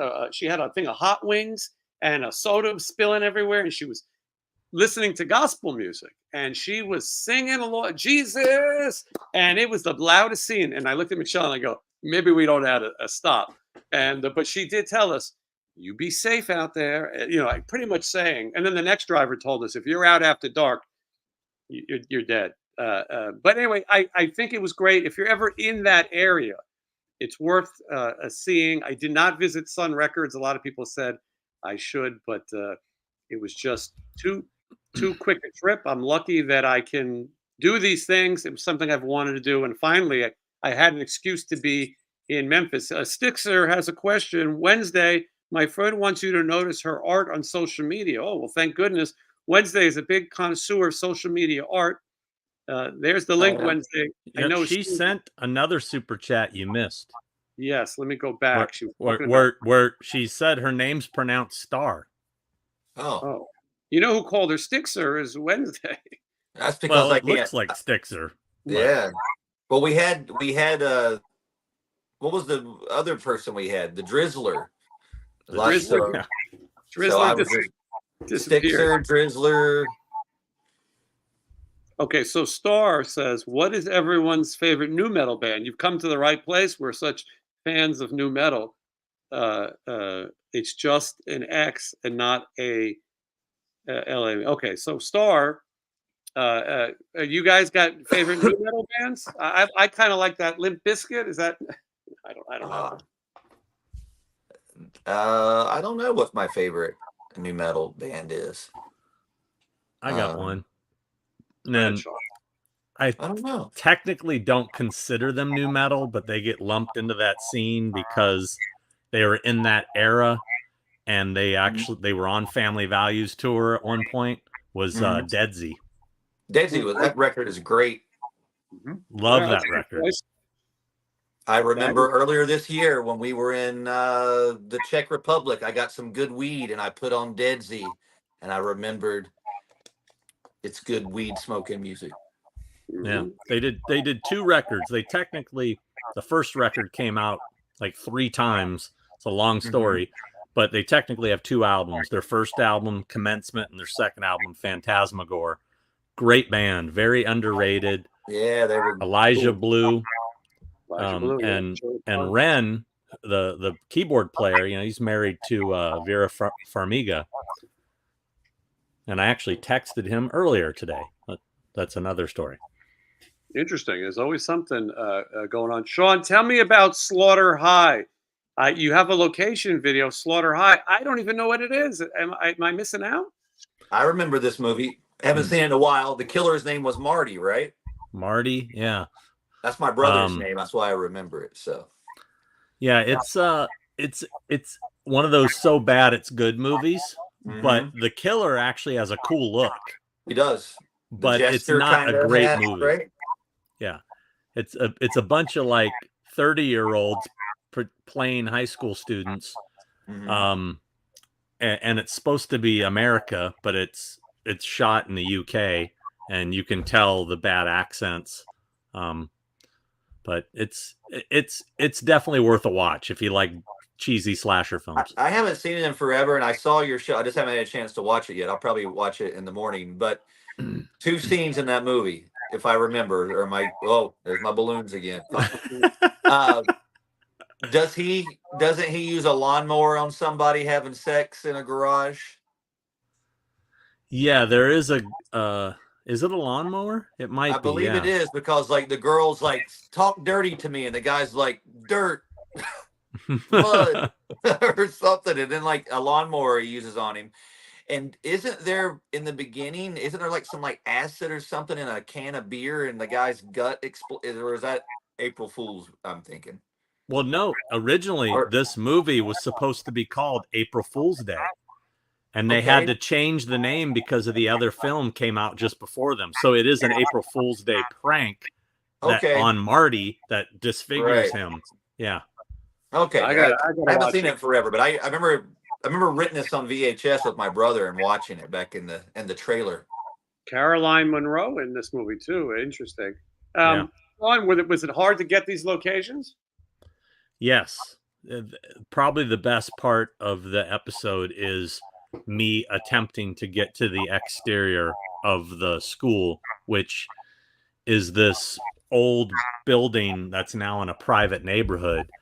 But Music Connections, it was used in multiple music videos. Ozzy Osbourne's Bark at the Moon, Total Eclipse of the Heart, Bonnie Tyler, a little band that you like, Jason, by the name of The Cure. Sometimes Charlotte was shot there, and also Alphaville, Forever Young was all shot at that location. Nice. That sounds cool. I got to watch it. I enjoy watching the videos sometimes, even when I don't see the movies. And one of the things that these companies don't realize is that a lot of times, by us talking about it, by you visiting locations, people will go back and watch that movie. It's kind of fun for us to see lost movies. This is a question for Sean. Were you able to find out where Simon, what's that name, Wednesday? Can you pronounce it? Oh, sorry. Succadamore. Do you know where he's buried, Sean? No, there was misinformation online. I visited the chapel where they said he was buried, and it's in the episode. And that was incorrect information. We don't know where he's actually laid to rest. Gotcha. It says that Slaughter High poster looks like if Megadeth was a pop punk band. It's a great poster. Yeah, lots of fun. I don't know how I missed it. I haven't heard the new Cure song. Have you guys heard the new Cure song? I probably heard it live because they've been playing those songs for a bunch of years. But there is a new Cure record on the way, and hopefully a new tour. Okay, let's see. People asking me, Sean Clark's illegitimate son is asking. I miss you, boy. Won't Sean play along? Look at him. He looks like you in this little picture. What did it say? I didn't see what it said. The resemblance is not striking, but he asked if I away. He asked if I have any interviews scheduled, and I just have so little time to do anything. That's a question my kid would ask. Mike Tramp of White Lion is coming up soon, and a few others. It's so hard to find days to do it. And were you guys as kind of taken back by Mike Tramp's accent as I was? Because I never really heard that guy interviewed. Yeah. And when he started talking, I was like, he's like Jean-Claude Van Damme in Bloodsport. I was prepared. He's Danish, and when he talks about White Line, he says, "When we make the fight to survive ragged," he always says "ragged" when he says records. I thought it was like a New York accent. It seemed like a really exaggerated New York accent. White Lion came out of Brooklyn. It's crazy. Like, here's this Danish guy who came out of Brooklyn. Vito Bratta still lives on Staten Island, and I liked White Lion. I think maybe a little bit of the look hurt them, but the Fight to Survive record is really good, and they had some good songs. He's out there trying to work it, but he'll be here. The Stanley piece is coming. Tour Diaries. Here's a good question, and I don't think any of us have been to Horror Nights. Have any of you guys got the Slash vinyl at Halloween Horror Nights this year? Slash vinyl? What's he got there? I don't even know what that is. So, okay, well, Slash does the music for the Universal Halloween Horror Nights, Universal Monster attractions. Every time there's anything to do with the monsters, Slash does the music. This year they Okay. made a vinyl record of all the music. And what they do is every day they put out 50 signed ones. I think it's 50, maybe a little more, and they sell out. I mean, people go right to the booth and find them. It's like a scavenger hunt. So every day they sell a certain amount of signed ones, and otherwise you can buy it. It looks pretty cool. I mean, I think it's something different. If you're a Guns N' Is Roses it just fan, instrumental? Is it just guitar stuff, or is it not even guitar? What is it? just guitar. It's kind of creepy guitars. If you've ever walked through one of those mazes, you've heard it. It all sounds similar. You know, he shows up at Monsterpalooza pretty often. I've seen him walk around quite a bit. But I mean, you can't get near him. He has like big security guards with him. But yeah. You guys going to watch the new Salem's Lot movie tomorrow on Max? Eventually. When I have time. I'm so behind on everything. That's how I feel. It's hard. And we're starting to, we're trying to do a horror movie every night, until Halloween. But it's difficult because, and then I got baseball. I got the playoffs. I think I'm the only one watching the playoffs, but I got that. I'm watching that. As I said, the crisp in the air, it's probably 99 right now outside, and it's dark. The weather is so weird here. It's like cold in the morning, then it's like this week it's getting hot again. I get the weather report from Stevie Rochelle, by the way, Stevie. Thank you for posting the weather every day so I know what to expect. Stevie made a comment. Yeah, it's weird. It's like cold in the morning, it's hot, and then now it's cool again. It's all right. Sean, this is probably the most commonly asked question of you. What was the hardest Horror's Hollow Grounds location to go to get? Man, it depends on what you mean. I mean, it's hard to go overseas to do stuff. Like Clockwork Orange is really spread out over the UK, and there's a lot of locations, and that was a lot of work. So, but as far as difficulty, Session 9 getting in Danvers, which was basically breaking in, while they have 24-hour security, that was the most challenging, but easily the most exciting. I think sometimes them not being easy makes it more interesting, and less people have the same video. Steve Rochelle's sharing his Memphis memories. Tough had our Ryder truck stolen in Memphis after a show, October 1991, right out of our motel parking lot between 2 and 3 a.m. The next day, they found it burning in a field with our gear gone, $80,000 worth. There goes my insulin alarm. You guys talk for 2 seconds. I thought that was the fire alarm from Stevie's equipment burning. Like it's still smoldering. He just should we go back and should I look up some of these questions we missed? Yeah. Let's see here. Let's see. Looking. Not in subject, but do y'all listen to black metal? I'm just curious. That's from Wednesday 13's Lost Eyebrows. Oh, okay. I'm not a big fan of black metal. I do really like the band Satyricon a lot. They were my crossover to get into it.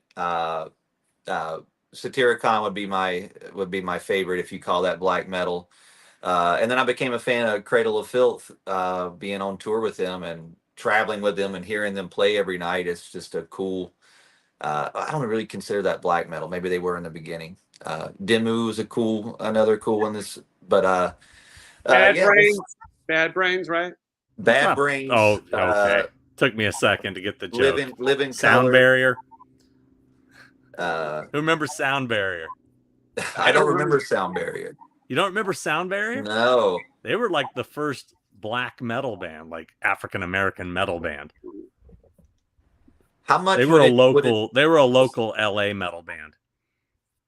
How much would it take for any of you guys to put on that body glove outfit that Corey Glover wore in the Living Color Cult of Personality? I used to surf. Video? I used to put that shit on all the time. You have one of those? I don't have one of those, but I used to.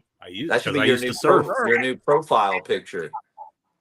Amy has a question for Sean that we can all answer, though. How did you meet Jason and Wednesday? Tinder. Tinder. We all met at the Safari Inn. Stevie Rochelle was there too. Chicken tenders. Granny. Oh, Everscave knows about sound barrier. Speed of light. Yeah, look at that. Someone said body count. I had known of Sean for quite some time from watching his videos, his Horror's Hollowed Grounds, like most people during the pandemic. I've been a fan of locations my whole life. Growing up in New York City, every block you would see somewhere that a movie was filmed, and I thought he made good content. My friends are in the autograph business, the memorabilia business, and they have done signings through Sean, through his clients. And so I remember people telling me, you would really like Sean Clark. You guys have a lot of the same interest. And the same goes for Wednesday. Stevie Rochelle said, I think you should have Wednesday on your show. You guys have hit it off. You like to collect toys and all these things. And he was right. We hit it off. Sean would every now and then pop in the chat. And someone told me, Sean watches. And I said, well, I want to reach out to him because we were going to go to the Halloween thing and cover some of it. And maybe I could get free tickets if I cozy up to this guy. And I don't think you gave us free tickets. No, we didn't know each other that well yet. I would have now. Yeah, we weren't that close. That's when we did the follow-up. Sean took our money. We lined up how many things but anyway, no. And so Sean and I got on the phone, and the first time we talked for like 5 hours about all these different subjects and conventions and so many places that we had been to at the same time, but didn't know each other, and meeting some of these legendary actors. It goes back to what we just said. If you want to meet Ozzy Osbourne, you better do it. There's people that me and Sean met, Don Knotts, these kind of crazy. Who would think you'd get to meet them? And so anyway, that's how we all kind of met. Wednesday and I went to that Halloween 45. It's a year. This is our anniversary. We went to that Halloween 45. I got there's a comment on here. Heavy Metal Beer Club said, I still have a Sound Barrier album. Saw them at Radio City in Buena Park. It's actually Radio City in Anaheim. I also saw them there. I used to live in the neighborhood across the street from that club. So that club has come up a lot lately. It's strange. I think Matt Poison played there all the time. Stryper, Motley Crue. I saw Slayer there. That's where I first saw Witch. That was the club Metallica played their first show at. Was Radio City in Anaheim. It was a cool club. It was a shithole, but it was awesome, man. It was right by my house. I could walk there. A lot of history. Matt says, Sean, you must be excited to hang with the Osbournes again. Well, he's not going to be doing much hanging. They're going to be working, but Sean spent time one-on-one at the house with Ozzy during these signings. But it's a lot more chill at the house than dealing with that at a convention. A lot more stressful at a convention. Yeah. And Sean, do you have other clients at this convention as well? Yeah, Mr. 13 will be there. That's technically our first booking together. Yes, thank you again for that. That's awesome. The two Exorcist girls, Christopher Nelson, Shiloh Fernandez from Evil Dead, the remake. Who else do I have there? Hold on. Natasha Henstridge. Species. And I just watched that again recently. She should put on some clothes at this convention. What's that? I'd say nothing. Sean, I can't keep up with how many clients you have. Every time Sean, I go, oh yeah, I book him. It's like Convention All Stars. He has a lot of conventions. A star, formerly known as Stixer. What is your favorite thing about Halloween?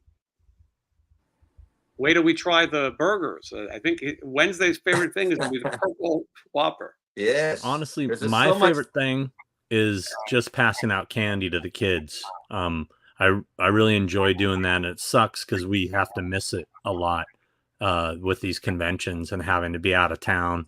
So it seems like in a 10-year period, we probably are home to do that maybe 6 out of 10. Yeah, same here. I think I was only home for COVID and no one was coming to the doors then. So I'm always working. I think we're going to be in Los Angeles for Halloween. Michelle wants to see David Gilmour. I'm not really a fan, but I feel like I really want to go to that. I'm kind of waiting to see the set list. For what? What are we talking about? David Gilmour is going to be at the Hollywood Bowl. I heard a little bit what he said, and it's not bad. I think it's what we want to hear. He's not going to play Roger Waters' Wall songs. He's not going to play Another Brick in the Wall. He's not going to play Money, but he is going to play Wish You Were Here and Comfortably Numb and those kind of songs. Those are the ones he's saying that he would do. Did you read that they just sold everything? I heard that. Mm-hmm. Like their everything, like their likeness, their name, everything. That must mean that Waters and Gilmour both agreed to that then, right? That's what I thought. Yeah. Mm-hmm. So I think we're going to do that. It's weird. We're trying to find a night to go to Horror Nights. We were all trying to find a night to go together. It was impossible. Horror Nights is open until November 3rd this year because of Halloween falling on whatever, a Tuesday or Wednesday. So I don't know. I'm trying to figure out if I can fit in. October is this is the busiest I think I've ever been, and probably the busiest Stephen Piercy's been in quite some time. We're all in fields that get busy. Wednesday being on tour overseas. Sean is booking Halloween convention guests. October is a hot time for that, and Stephen Piercy is playing every weekend. I mean, we're going. You know, if you looked at a map of where we go, it's like you go here, then you go there, then you go down here, and then you go back up here. It's no.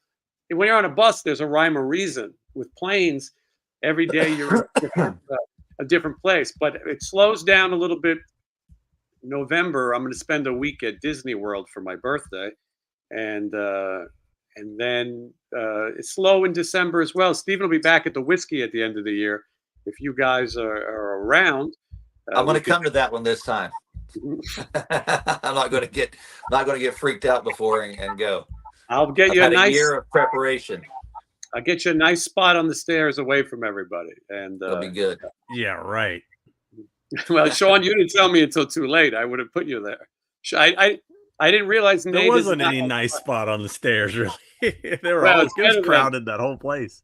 It is crowded, but yeah, Nate is not a fan of crowds. Understandable, and Wednesday was not either, which is why he did not show up. No, I broke out of my social anxiety last year, probably because of you guys going out and doing stuff. I didn't do anything other than when I went on tour. I was there because I had to be, but I just stayed at home. So thanks to you guys, I quit being a recluse and came out of this. Now you're eating all kinds of exotic food. I'm trying pancakes and syrups and purple burgers. You're going to love it. Angie says, tuning in a little late tonight, just landed at home. Hope you guys are well and happy spooky season. Well, thank you, Angie. That's very nice of you. Thanks, Angie.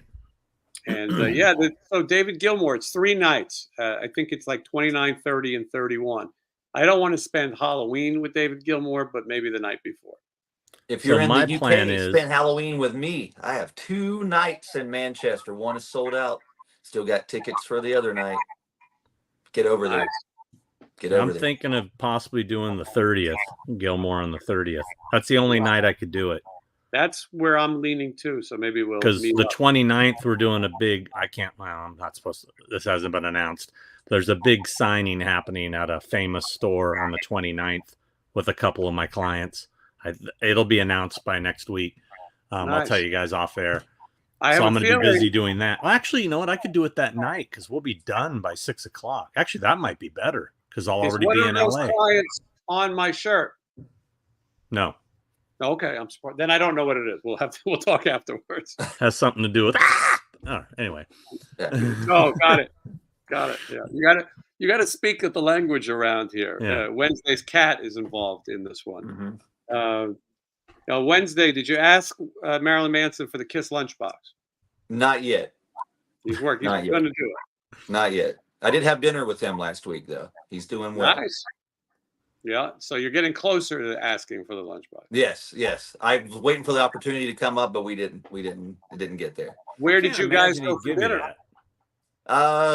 My little mountainside place here in Burbank. It's called what is it called? Did I go there with you? No, but I think I told you about it. It's called Castaways or something like that. Mm-hmm. Yeah. What are you talking about? He went to dinner with. Where you went to dinner? Oh, yeah. Now, Does Manson know that you're a particular eater? Yeah, we talked about it too. He was like, "What? You've never had like?" It was the same conversation. Like him he's looking at me the same way Sean looks at me. Like, what is wrong with you? Did you Yeah. did you tell him? Listen, at least I didn't remove my ribs to order. We talked about that. We At talked dinner? about spare ribs. Mhm. People are guessing some of Sean's guesses. I think some of these are right, but we will not comment until it's a good surprise. Half right. Chris, that's right. Yeah, okay. That's the biggest star in convention history right now. Chris says he can't wait to see me in Columbus at the end of October. I will be there. The King of Clubs is what it's called. That's a killer venue. You've been there? Yes, I played there. I almost sold it out. Almost. Maybe I did sell it out. I can't remember. People tell me it's a real cool place. It's cool. The owner's awesome. He takes care of the bands. They don't put up with bullshit there. It's like a legit place. Like I always have a good time. Looking forward to getting back there, which we are. We are. What club are we talking about? King of Clubs in Columbus, Ohio. Oh. It was a routed show, and Steven hasn't been doing too many clubs anymore. It's mostly casinos, state fairs. It's huge. Is it? That's great. It's huge stage, backstage. It's just cool. The guy made it for people to hang out if bands got, you know what I mean? Like it's not just a club where you go, okay, the band's got a green room back here with all the bullshit. Like it's legit. These are the things that are so important with touring. No, they are. Trust me. This is a place I get off the bus and hang out in the venue all day instead of the bus because it's cool. I advance the shows, and I got to try to make sure they get things right. We did a show at a place. The venue was great. Can't remember what city, but it was beautiful. They had a bowling alley and they had pinball machines and a really retro. They were showing old Halloween commercials on the TV, of the McDonald's gift certificates and things. It was a really fun place. But there was the dressing room was in the back of the club, and to get to it, you have to walk through the crowd and get in a car and drive around the block, and it just ruins the mystique a little bit. And so I told Steven, this is the day where we'll handle this like Elvis. Stay in the car. Car will come up to the stage. You get on the stage. You get back in the car. We don't need the dressing room. And but other places, they really take care of you and they give you good food and make it a good experience. There was a few questions for Sean. One was, did you ever catch any bands at the Anaheim Celebrity Theater in the 80s with the rotating stage? Yes. I can pretty much name every show I saw there. Saw Psychedelic Furs there. Saw Grotus, the Melvins, and Mr. Bungle there. That's the famous Mr. Bungle show where Mike Patton got pissed off because the fans were booing the Melvins and they came out on stage and just made noise for about 20 minutes and stood still. What year was that? What Melvins album would that have been? It was 91, so 92. Is that Houdini or? I wasn't a Melvins fan. I was there to see Bungle. It was their first album. I saw Sam Kinison there. Wow. I saw the Circle Jerks and the Dickies there. Huh? I said, you saw Sam Kinison. That's deserves an applause there. Yeah, for sure. Yeah, that's not common. And that's when he did the band thing and he played Wild Thing and stuff. Oh, wow. Yeah, he did his stand-up set and then he played he wanted to be a rock star pretty bad. Yeah, I made the mistake. I bought the Sam Kinison cassette because it had Wild Thing. I didn't know it was a comedy album. And I'm like, oh, can I play it in the car on the way home? And I put it in and oh, man. It was like, I can't believe we're taking this back. I'm like, I didn't know. I don't know what that means. It's great. Eric says, I finally shared the Creature from the Black Lagoon movies with my kids. They enjoyed it. That's where it started for me. Burger King had 3D glasses. It all goes back to Burger King. And then you come home and on WPIX, you can watch The Creature from the Black Lagoon in 3D. I was scared of the water even before Jaws. And there was something cool. My friend, her husband, is writing the new Creature from the Black Lagoon movie. Her name was Tiffany Shepis. She's a horror actress. And I know Tiffany. Yeah. Her husband's writing it? He's writing it. Sean Tretta is his name. Huh. And I'm gonna message her. She's gonna be on the show soon, and I'm gonna message her. We worked together on Romeo and Juliet a million years ago, But I tell used her to I see hope her all the time at conventions, but she doesn't do them that much anymore. she's just started doing them again. What was interesting about her when we met is I used to play characters for Troma, the Toxic Avenger, Kabuki Man, and she would be the sexy young Tromette. The problem, and so she was in the movie Troma Avenger. We spent a lot of time together. She was underage, and we couldn't figure out how come she wasn't topless in the movie. It was because she was 17 and she was lying about it. As she got older, she was a hustler. She was really good with the conventions, and she's very nice and puts on a good show. And she was in a Ted Bundy movie. She's the only one who survives Ted Bundy. She gets away, and she's been naked in a million things. But anyway, she's going to come on here. She's a really cool chick. Her and I spent the night, not romantically, but at the Hollywood Roosevelt. We heard it was haunted, and we were working at Troma. I don't think anything really haunted happened, but we went to Montgomery Clift's room, and we went to the old mirror where Marilyn Monroe is supposed to appear in the middle of the night. And anyway, she's a cool chick. I'm worried though. The Saw guy is directing The Creature from the Black Lagoon, and I know James he's going to Wan. Yeah, he's going to ruin it. He already said he wants it to be a visceral experience. It means the creature is going to be gory. I don't want the creature ripping people's heads off. I mean, I don't know. Maybe I do. I do. It's Wednesday's ready for it. I do. When Bloss is gone in December, who is drumming? The answer is Sean Clark. Hey, Sean doesn't have the time. Jimmy DeAnd of the Dude, Bullet I got Bills. all the time for Stephen Piercy. Come on. That's true. Well, then maybe you'll be doing it. We have one date we haven't filled yet. We need a drummer for one show. I'm good. Probably somewhere terrible. But anyway, Bloss, as you know, is trans-Siberian. Yeah. Orchestra. That's different. He does that. Wayne has asked this question a few times. Sean, he's asking, does Linda Blair do conventions? Yeah. She does. Yeah. Like, yeah. Like A lot. Like all of them. She's pretty known for it. Oh, here's Craig. Hold on. Good day, Guts. I think he means guys. Do you know whatever happened to the wet cherry guy off Western Civilization? This is a Stevie question. That's a Stevie No. question. I believe that's the guy, the one that she was like, "What happens if you don't make it?" He's, I'm going to make it. I will. But I will. But I'm going to. But I'm going to. Now, don't you guys so badly want to see a follow-up? Like, I want to find every one of those people and talk to them now. That would be, I mean, it's actually something I really want to do. Stevie, let's do it together. Let's fucking find these people and make a documentary. It would be interesting and not you impossible. can get Randy O. He's around. He's doing interviews now. You can find him. The guy with the black hair. I know how to get a hold of all those guys, the Odin guys, yeah. The guy with the black hair and the white hair, he became an attorney. His name is Gabe Reed. Stevie could tell the story better, but he stole money, embezzled money, he ripped off a lot of bands. He's an interesting character, but he is around. He's on social media, and there's a lot of those people around. I have a Metal Years poster signed by Chris Holmes' mom. She's passed away since. Did Not any laughing of at you? mom passing, but you got her to sign the poster. That's how pretty rad. odd. Did That's any odd. of you see Decline 2 in the theater when it came out? No.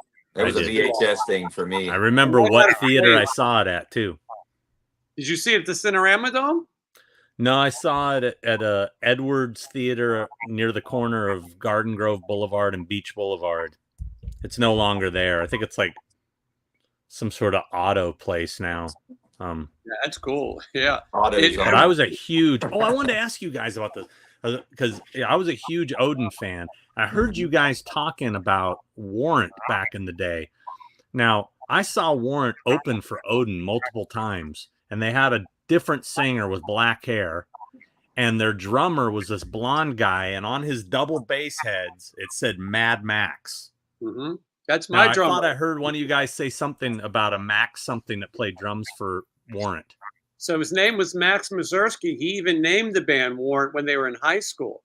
And my punk band, Sin City Rejects, Max is the drummer. He'd been in a lot of famous bands, but he liked to play more Dolls kind of punk, and he was doing it for fun. He does the Spasmatics and those kind of gigs now also. But he was the Are you original still? drummer. Do you talk to him still? Yeah, pretty regularly. Ask him. I can't. I think I didn't know Warrant very good at the time. I know for sure he played with Odin a few times. Specifically, I remember Pomona Valley Auditorium. They opened for Odin there. But I went to Irvine Meadows. It was Warrant, Hurricane, and Striper. And I don't know if it was the Janie Lane version of Warrant or if it was that older version. I don't remember them that well from that night. What year do you think it was? That had to be to Hell with the Devil era. So it would have been 86, probably. That'd be close. It might have still been. The other singer's name was Adam Shore. The guitar player's name was Josh. And then Max. I remember I used to see Janie all the time in his other band, Plain Jane. They used to play Radio City all the time. He brought Stephen Sweet with him, and they took over in Warrant. But it's interesting. I'll have to ask him. Jeff Duncan from Odin, he lives here in Vegas. He used to play Armored with Saint. the Sinners a lot. Yeah, Armored Saint. And I would always try to get an Odin chant when he would come on stage. It never really went very well, but always try to get some asses shaken. But I think, yeah, where they are now of the metal years would be. We'll get an Odin chant going in the comments at least. I like it when Gazzari goes, "He's a sexy guy." He's a sexy and our guy. ladies love him. One of the greatest lines. He's going to be bigger than David Lee Roth. Yeah. All right, let me see if we can. Want to make sure I got everybody's comments. Yeah, Nadir Nader the Priest. Someone just brought him up in the comments. He's been on the show. Interesting thing about Nader is that he played the Rainbow Party, and I asked him if he intended on burning the Russian flag that night. He told me he couldn't get away with that anymore. I told you my Nader story, right? I'm not sure. He was a hairdresser, and he used to work at the place I'd get my hair cut. And I looked over at him, and he was cutting somebody's hair. And I said to Dave, who cuts my hair, he was the guitar player in Videodrone. It's like all these band guys are hairdressers. And I said, that guy looks so familiar to me. He goes, dude, that's Nader from London. I go, no fucking way. And yeah, and it was just so weird seeing him there cutting hair. London was kind of overlooked in that documentary. Also, no mention of London, where Nikki Sixx started, Blackie Lawless started, Guns N' Roses members all started. Interesting, but you can only fit so much. Everyone in the chat is freaking out that I didn't get this super chat, get Wednesday's attention. My friend, Maniac Spider Trask, would like to know if you could be friends Wednesday. Would that be okay with you? Could you be friends? Sure. All right. Look at that. He couldn't have said it any more emphatically. Yeah, You're in. Yeah. You're friends. I'm friends with everybody. Mm-hmm. Nice. I try to be. Somebody just asked about this, so this will answer your question. Yes, I liked Lost Boys. Oh, nice. Dude. Wow. That's great. I love that record. I liked it way better than Odin. For me. Not me. For me. Don't take no for an answer is my jam. That Lost Boys record's great. I listen to it quite regularly. I think the production on it's great. I think his voice is great on it. I remember during COVID, the Whiskey was doing all those pay-per-view shows, and Jeff Duncan did an Armored Saint show there, and I went by there because the sound guy I was about to do my show. Either way, and somebody goes, "Hey, Wednesday, you ever met Armored Saint?" And it was just kind of awkward. And I went, "Hey, what's up?" And I saw Jeff Duncan. And I went, "Lost Boys." And he looked at me like I could have just had lobsters crawling out of my ears. Like he was not expecting that. I went, "Lost Boys, I love that record." And he was like, "Oh, thanks." He looked at me like that when I handed it to him to sign it because I brought it to an Odin reunion show and Randy signed it, and then that's Jeff up there. And when I handed it to Jeff, he was just like, "You got this album?" Like. Yeah, he's a very nice guy. Yeah, Jeff. The question: how many songs on there are Odin songs? I wouldn't know,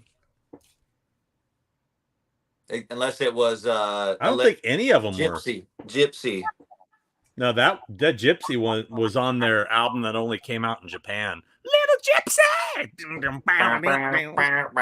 It's a great song. The Osbournes said at some point they were going to permanently move back to the UK. They're asking if you think they nixed the idea. Sharon wants to. Ozzy doesn't seem to want to. Jack is doing everything in his power to keep them from going because he lives here and Kelly lives here and their kids live here and that's their grandparents, and she wants to move back. We'll see. And he probably isn't in shape to travel right now anyway, it sounds like. I mean, up until now he wasn't supposed to be doing things. Well, he's definitely traveling to the Rock and Roll Hall of Fame thing the weekend after Monster Palooza. Yeah, that's going to be exciting. Okay, Stevie Rochelle, I saw Decline of the Western Civilization at the Cinerama Dome. That's where the premiere was. Yeah, at the Sunset Strip. It was pretty epic for sure. Gene Simmons in attendance. But yeah, it's crazy that the premiere was there. And it's crazy that theater is closed. I saw a lot of movies there. I saw The Wild Bunch there. One of these reruns, obviously, but it was really cool. Let's see if we can. Here, Stevie says the OG Warrant was Jerry, Eric with Josh, lead guitar, Adam Shore, and Max on drums. Janie and Steven joined in '86, Joey in '87. Stevie is in studio. I wonder which version it was I saw at Irvine Meadows. You got to ask Max. Yeah, I will for sure. I'm sure he remembers playing Irvine Meadows. Yeah, Max is going to come on the show. We've talked about it. He's also a horror collector, and he's into it, and he has all kinds of memorabilia in his house. So yes, he's probably be surprised that I remember his drumhead said Mad Max. Yeah, well, I knew as soon as you said it that they called him Mad Max. Hi, Wednesday. I like your band Murder Doll. Are you single? New bands. Yes. Are you single? I thought Murder Doll was better than Murder Dolls. This is just saying. I'm going out on a limb. They're separated. Yeah. This is Autumn. This is Autumn Papas. Thank you, Autumn. I am not single, Autumn. I hate to break it to you. I'm not single. Yes, he's off the market, but. He is not so, but he is up to try a purple Whopper. Yes. A lot of people are crying in the chat right now, sad. They're mourning Wednesday's relationship, and sorry, guys. That's how it goes. Well, we've talked for 2 hours. Can you believe that? It goes I can't believe it. We're good at that. This is when we get to talk. Some friends, go out for a drink or get on the phone. We do a live broadcast for everybody to comment on our lives. Let's see. I'm trying to. Wednesday's fans, they have 50 comments per question, and Michelle is not kicking anyone out tonight. I'm surprised. All right. Anyway, we've had a great time. Coming up now, where are you this weekend, Sean? Leaving in the morning for Monster Mania in Baltimore, Maryland. Nice. I like Monster Mania. Who do you got at that one? Oh boy. Let's see. I have Matthew Lillard, Dermot Mulroney, Lee Waddell, Jeffrey Combs, Skeet Ulrich, Jamie Kennedy, Spencer Charness of Ice Nine Kills, William Ostrander, Malcolm Dinar, and Alexandra Paul of Christine fame. Wow, look at that. That's quite the roster. So if you're going to be in the Baltimore, Maryland area, go by, say hello to some of those guests, say hello to Sean Clark, tell him you watch him on the show, and watch his show as well. Wednesday, where are you going to be this weekend? I'm going to be home. This is my last weekend before I get busy. I have next weekend is Monster Palooza, right? Mm-hmm.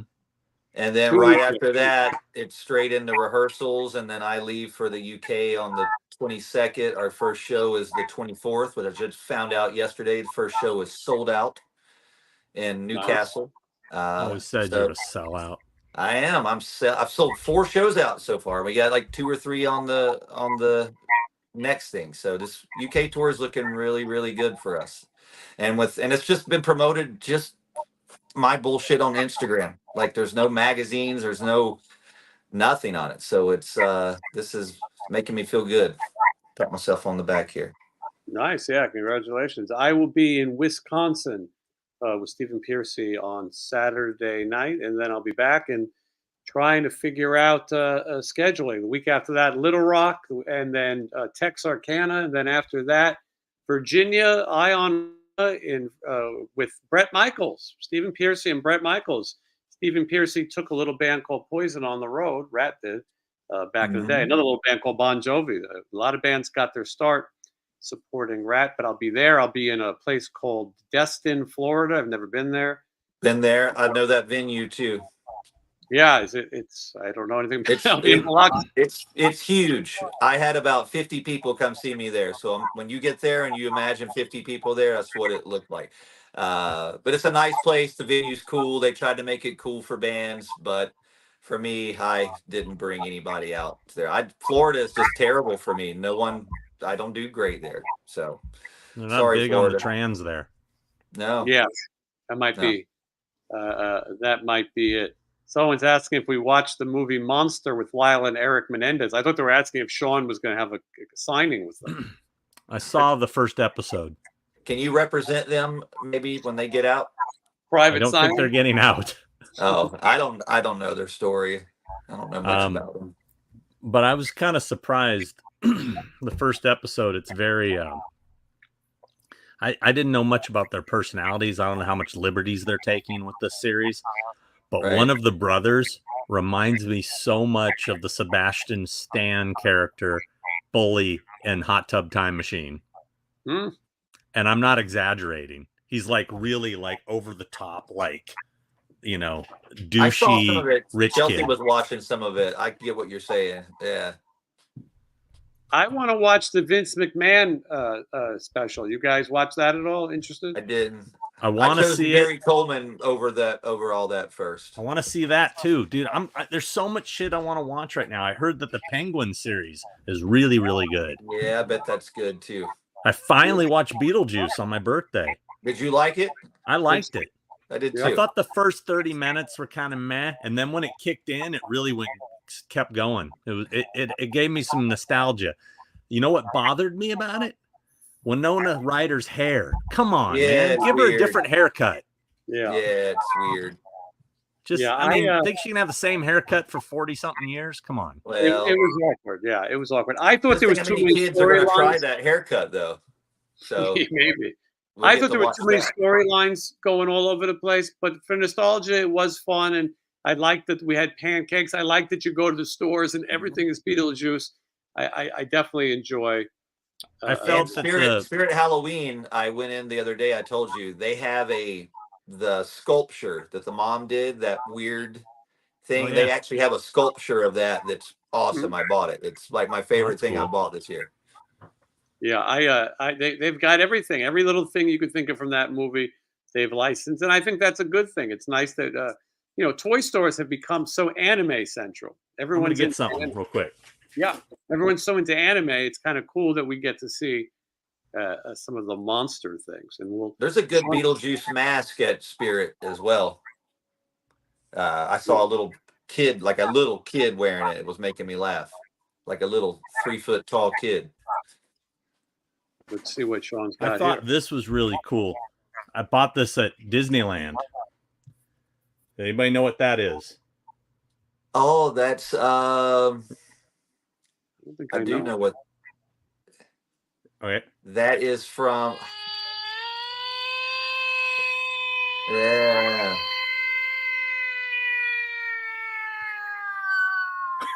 That's Nightmare really Before Christmas. It's the siren. Yeah. Yeah, there we go.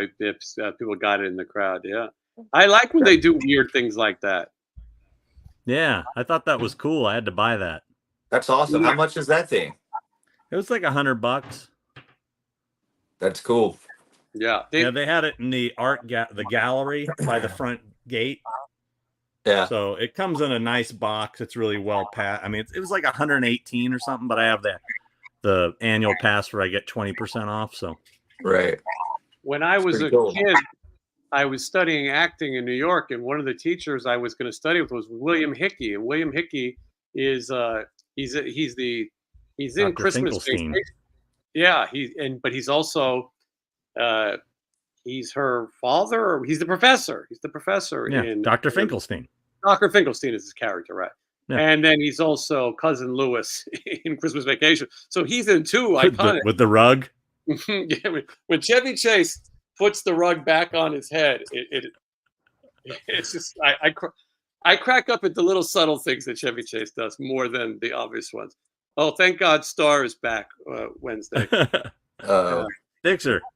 Wednesday, I don't even pre-read these. Who knows what Star could be saying? Wednesday 13, what is the outro meaning for the song Countdown Planet 13 by Frankenstein Drag Queens?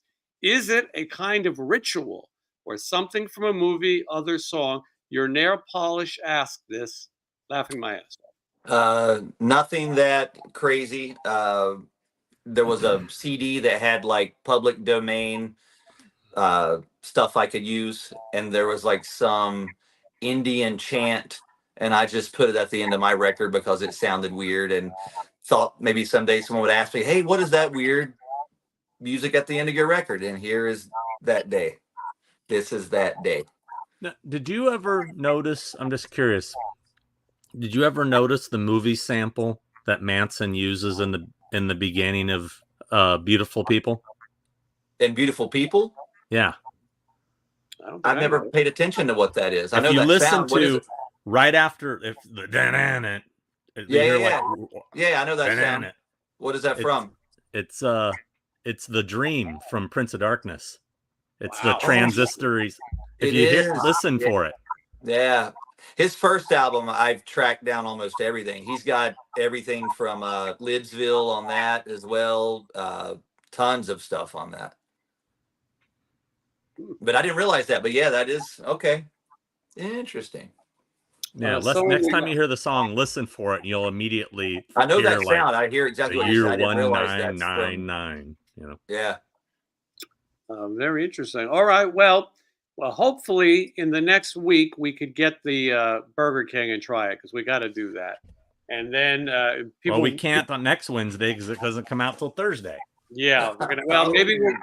Maybe we'll have to come on Thursday. We'll have to figure a day. We'll figure. If we're all at Monsterpalooza, we could have. We do it all in person. I bet you Jack Osborne would try it with us. He loves. He would. Yeah, maybe Ozzy will try. Maybe Ozzy can feed me a burger for the first time. I don't know about Ozzy, but Jack would definitely partake. He loves the McRib. He's a connoisseur of the McRib. Which, by the way, the McRib is coming back. I love the McRib, I think. Yeah. He's in better shape now. But anyway, so we're going to get to that. You can check out Malfunction on YouTube. Sean Clark, look it up. This is the best time of year to watch Horror's Hollow Grounds. And if you want to hear some Halloween-friendly music, Wednesday 13. I can't think of anything that goes better with Halloween. Official Wednesday13.com. The Classically Deceased says they'll be at Son of Monsterpalooza Friday. We'll see you there. Yeah, if you can make it, you should. I'm going to go change my flight right now. Thank you guys for hanging out. We had a good time, and we'll do it again very soon. Sean, you have to tell us the big announcement after we say goodbye. Okay, I got to pee real bad, though, so I got to pee first. All right. I drank too much soda. Bye. All right, and we'll say goodbye, and thank you, everybody, for watching. Subscribe. I need it. I got to get to 20,000. Do it. And buy some of Wednesday's music. He's not doing this for the hell of it. Thank you.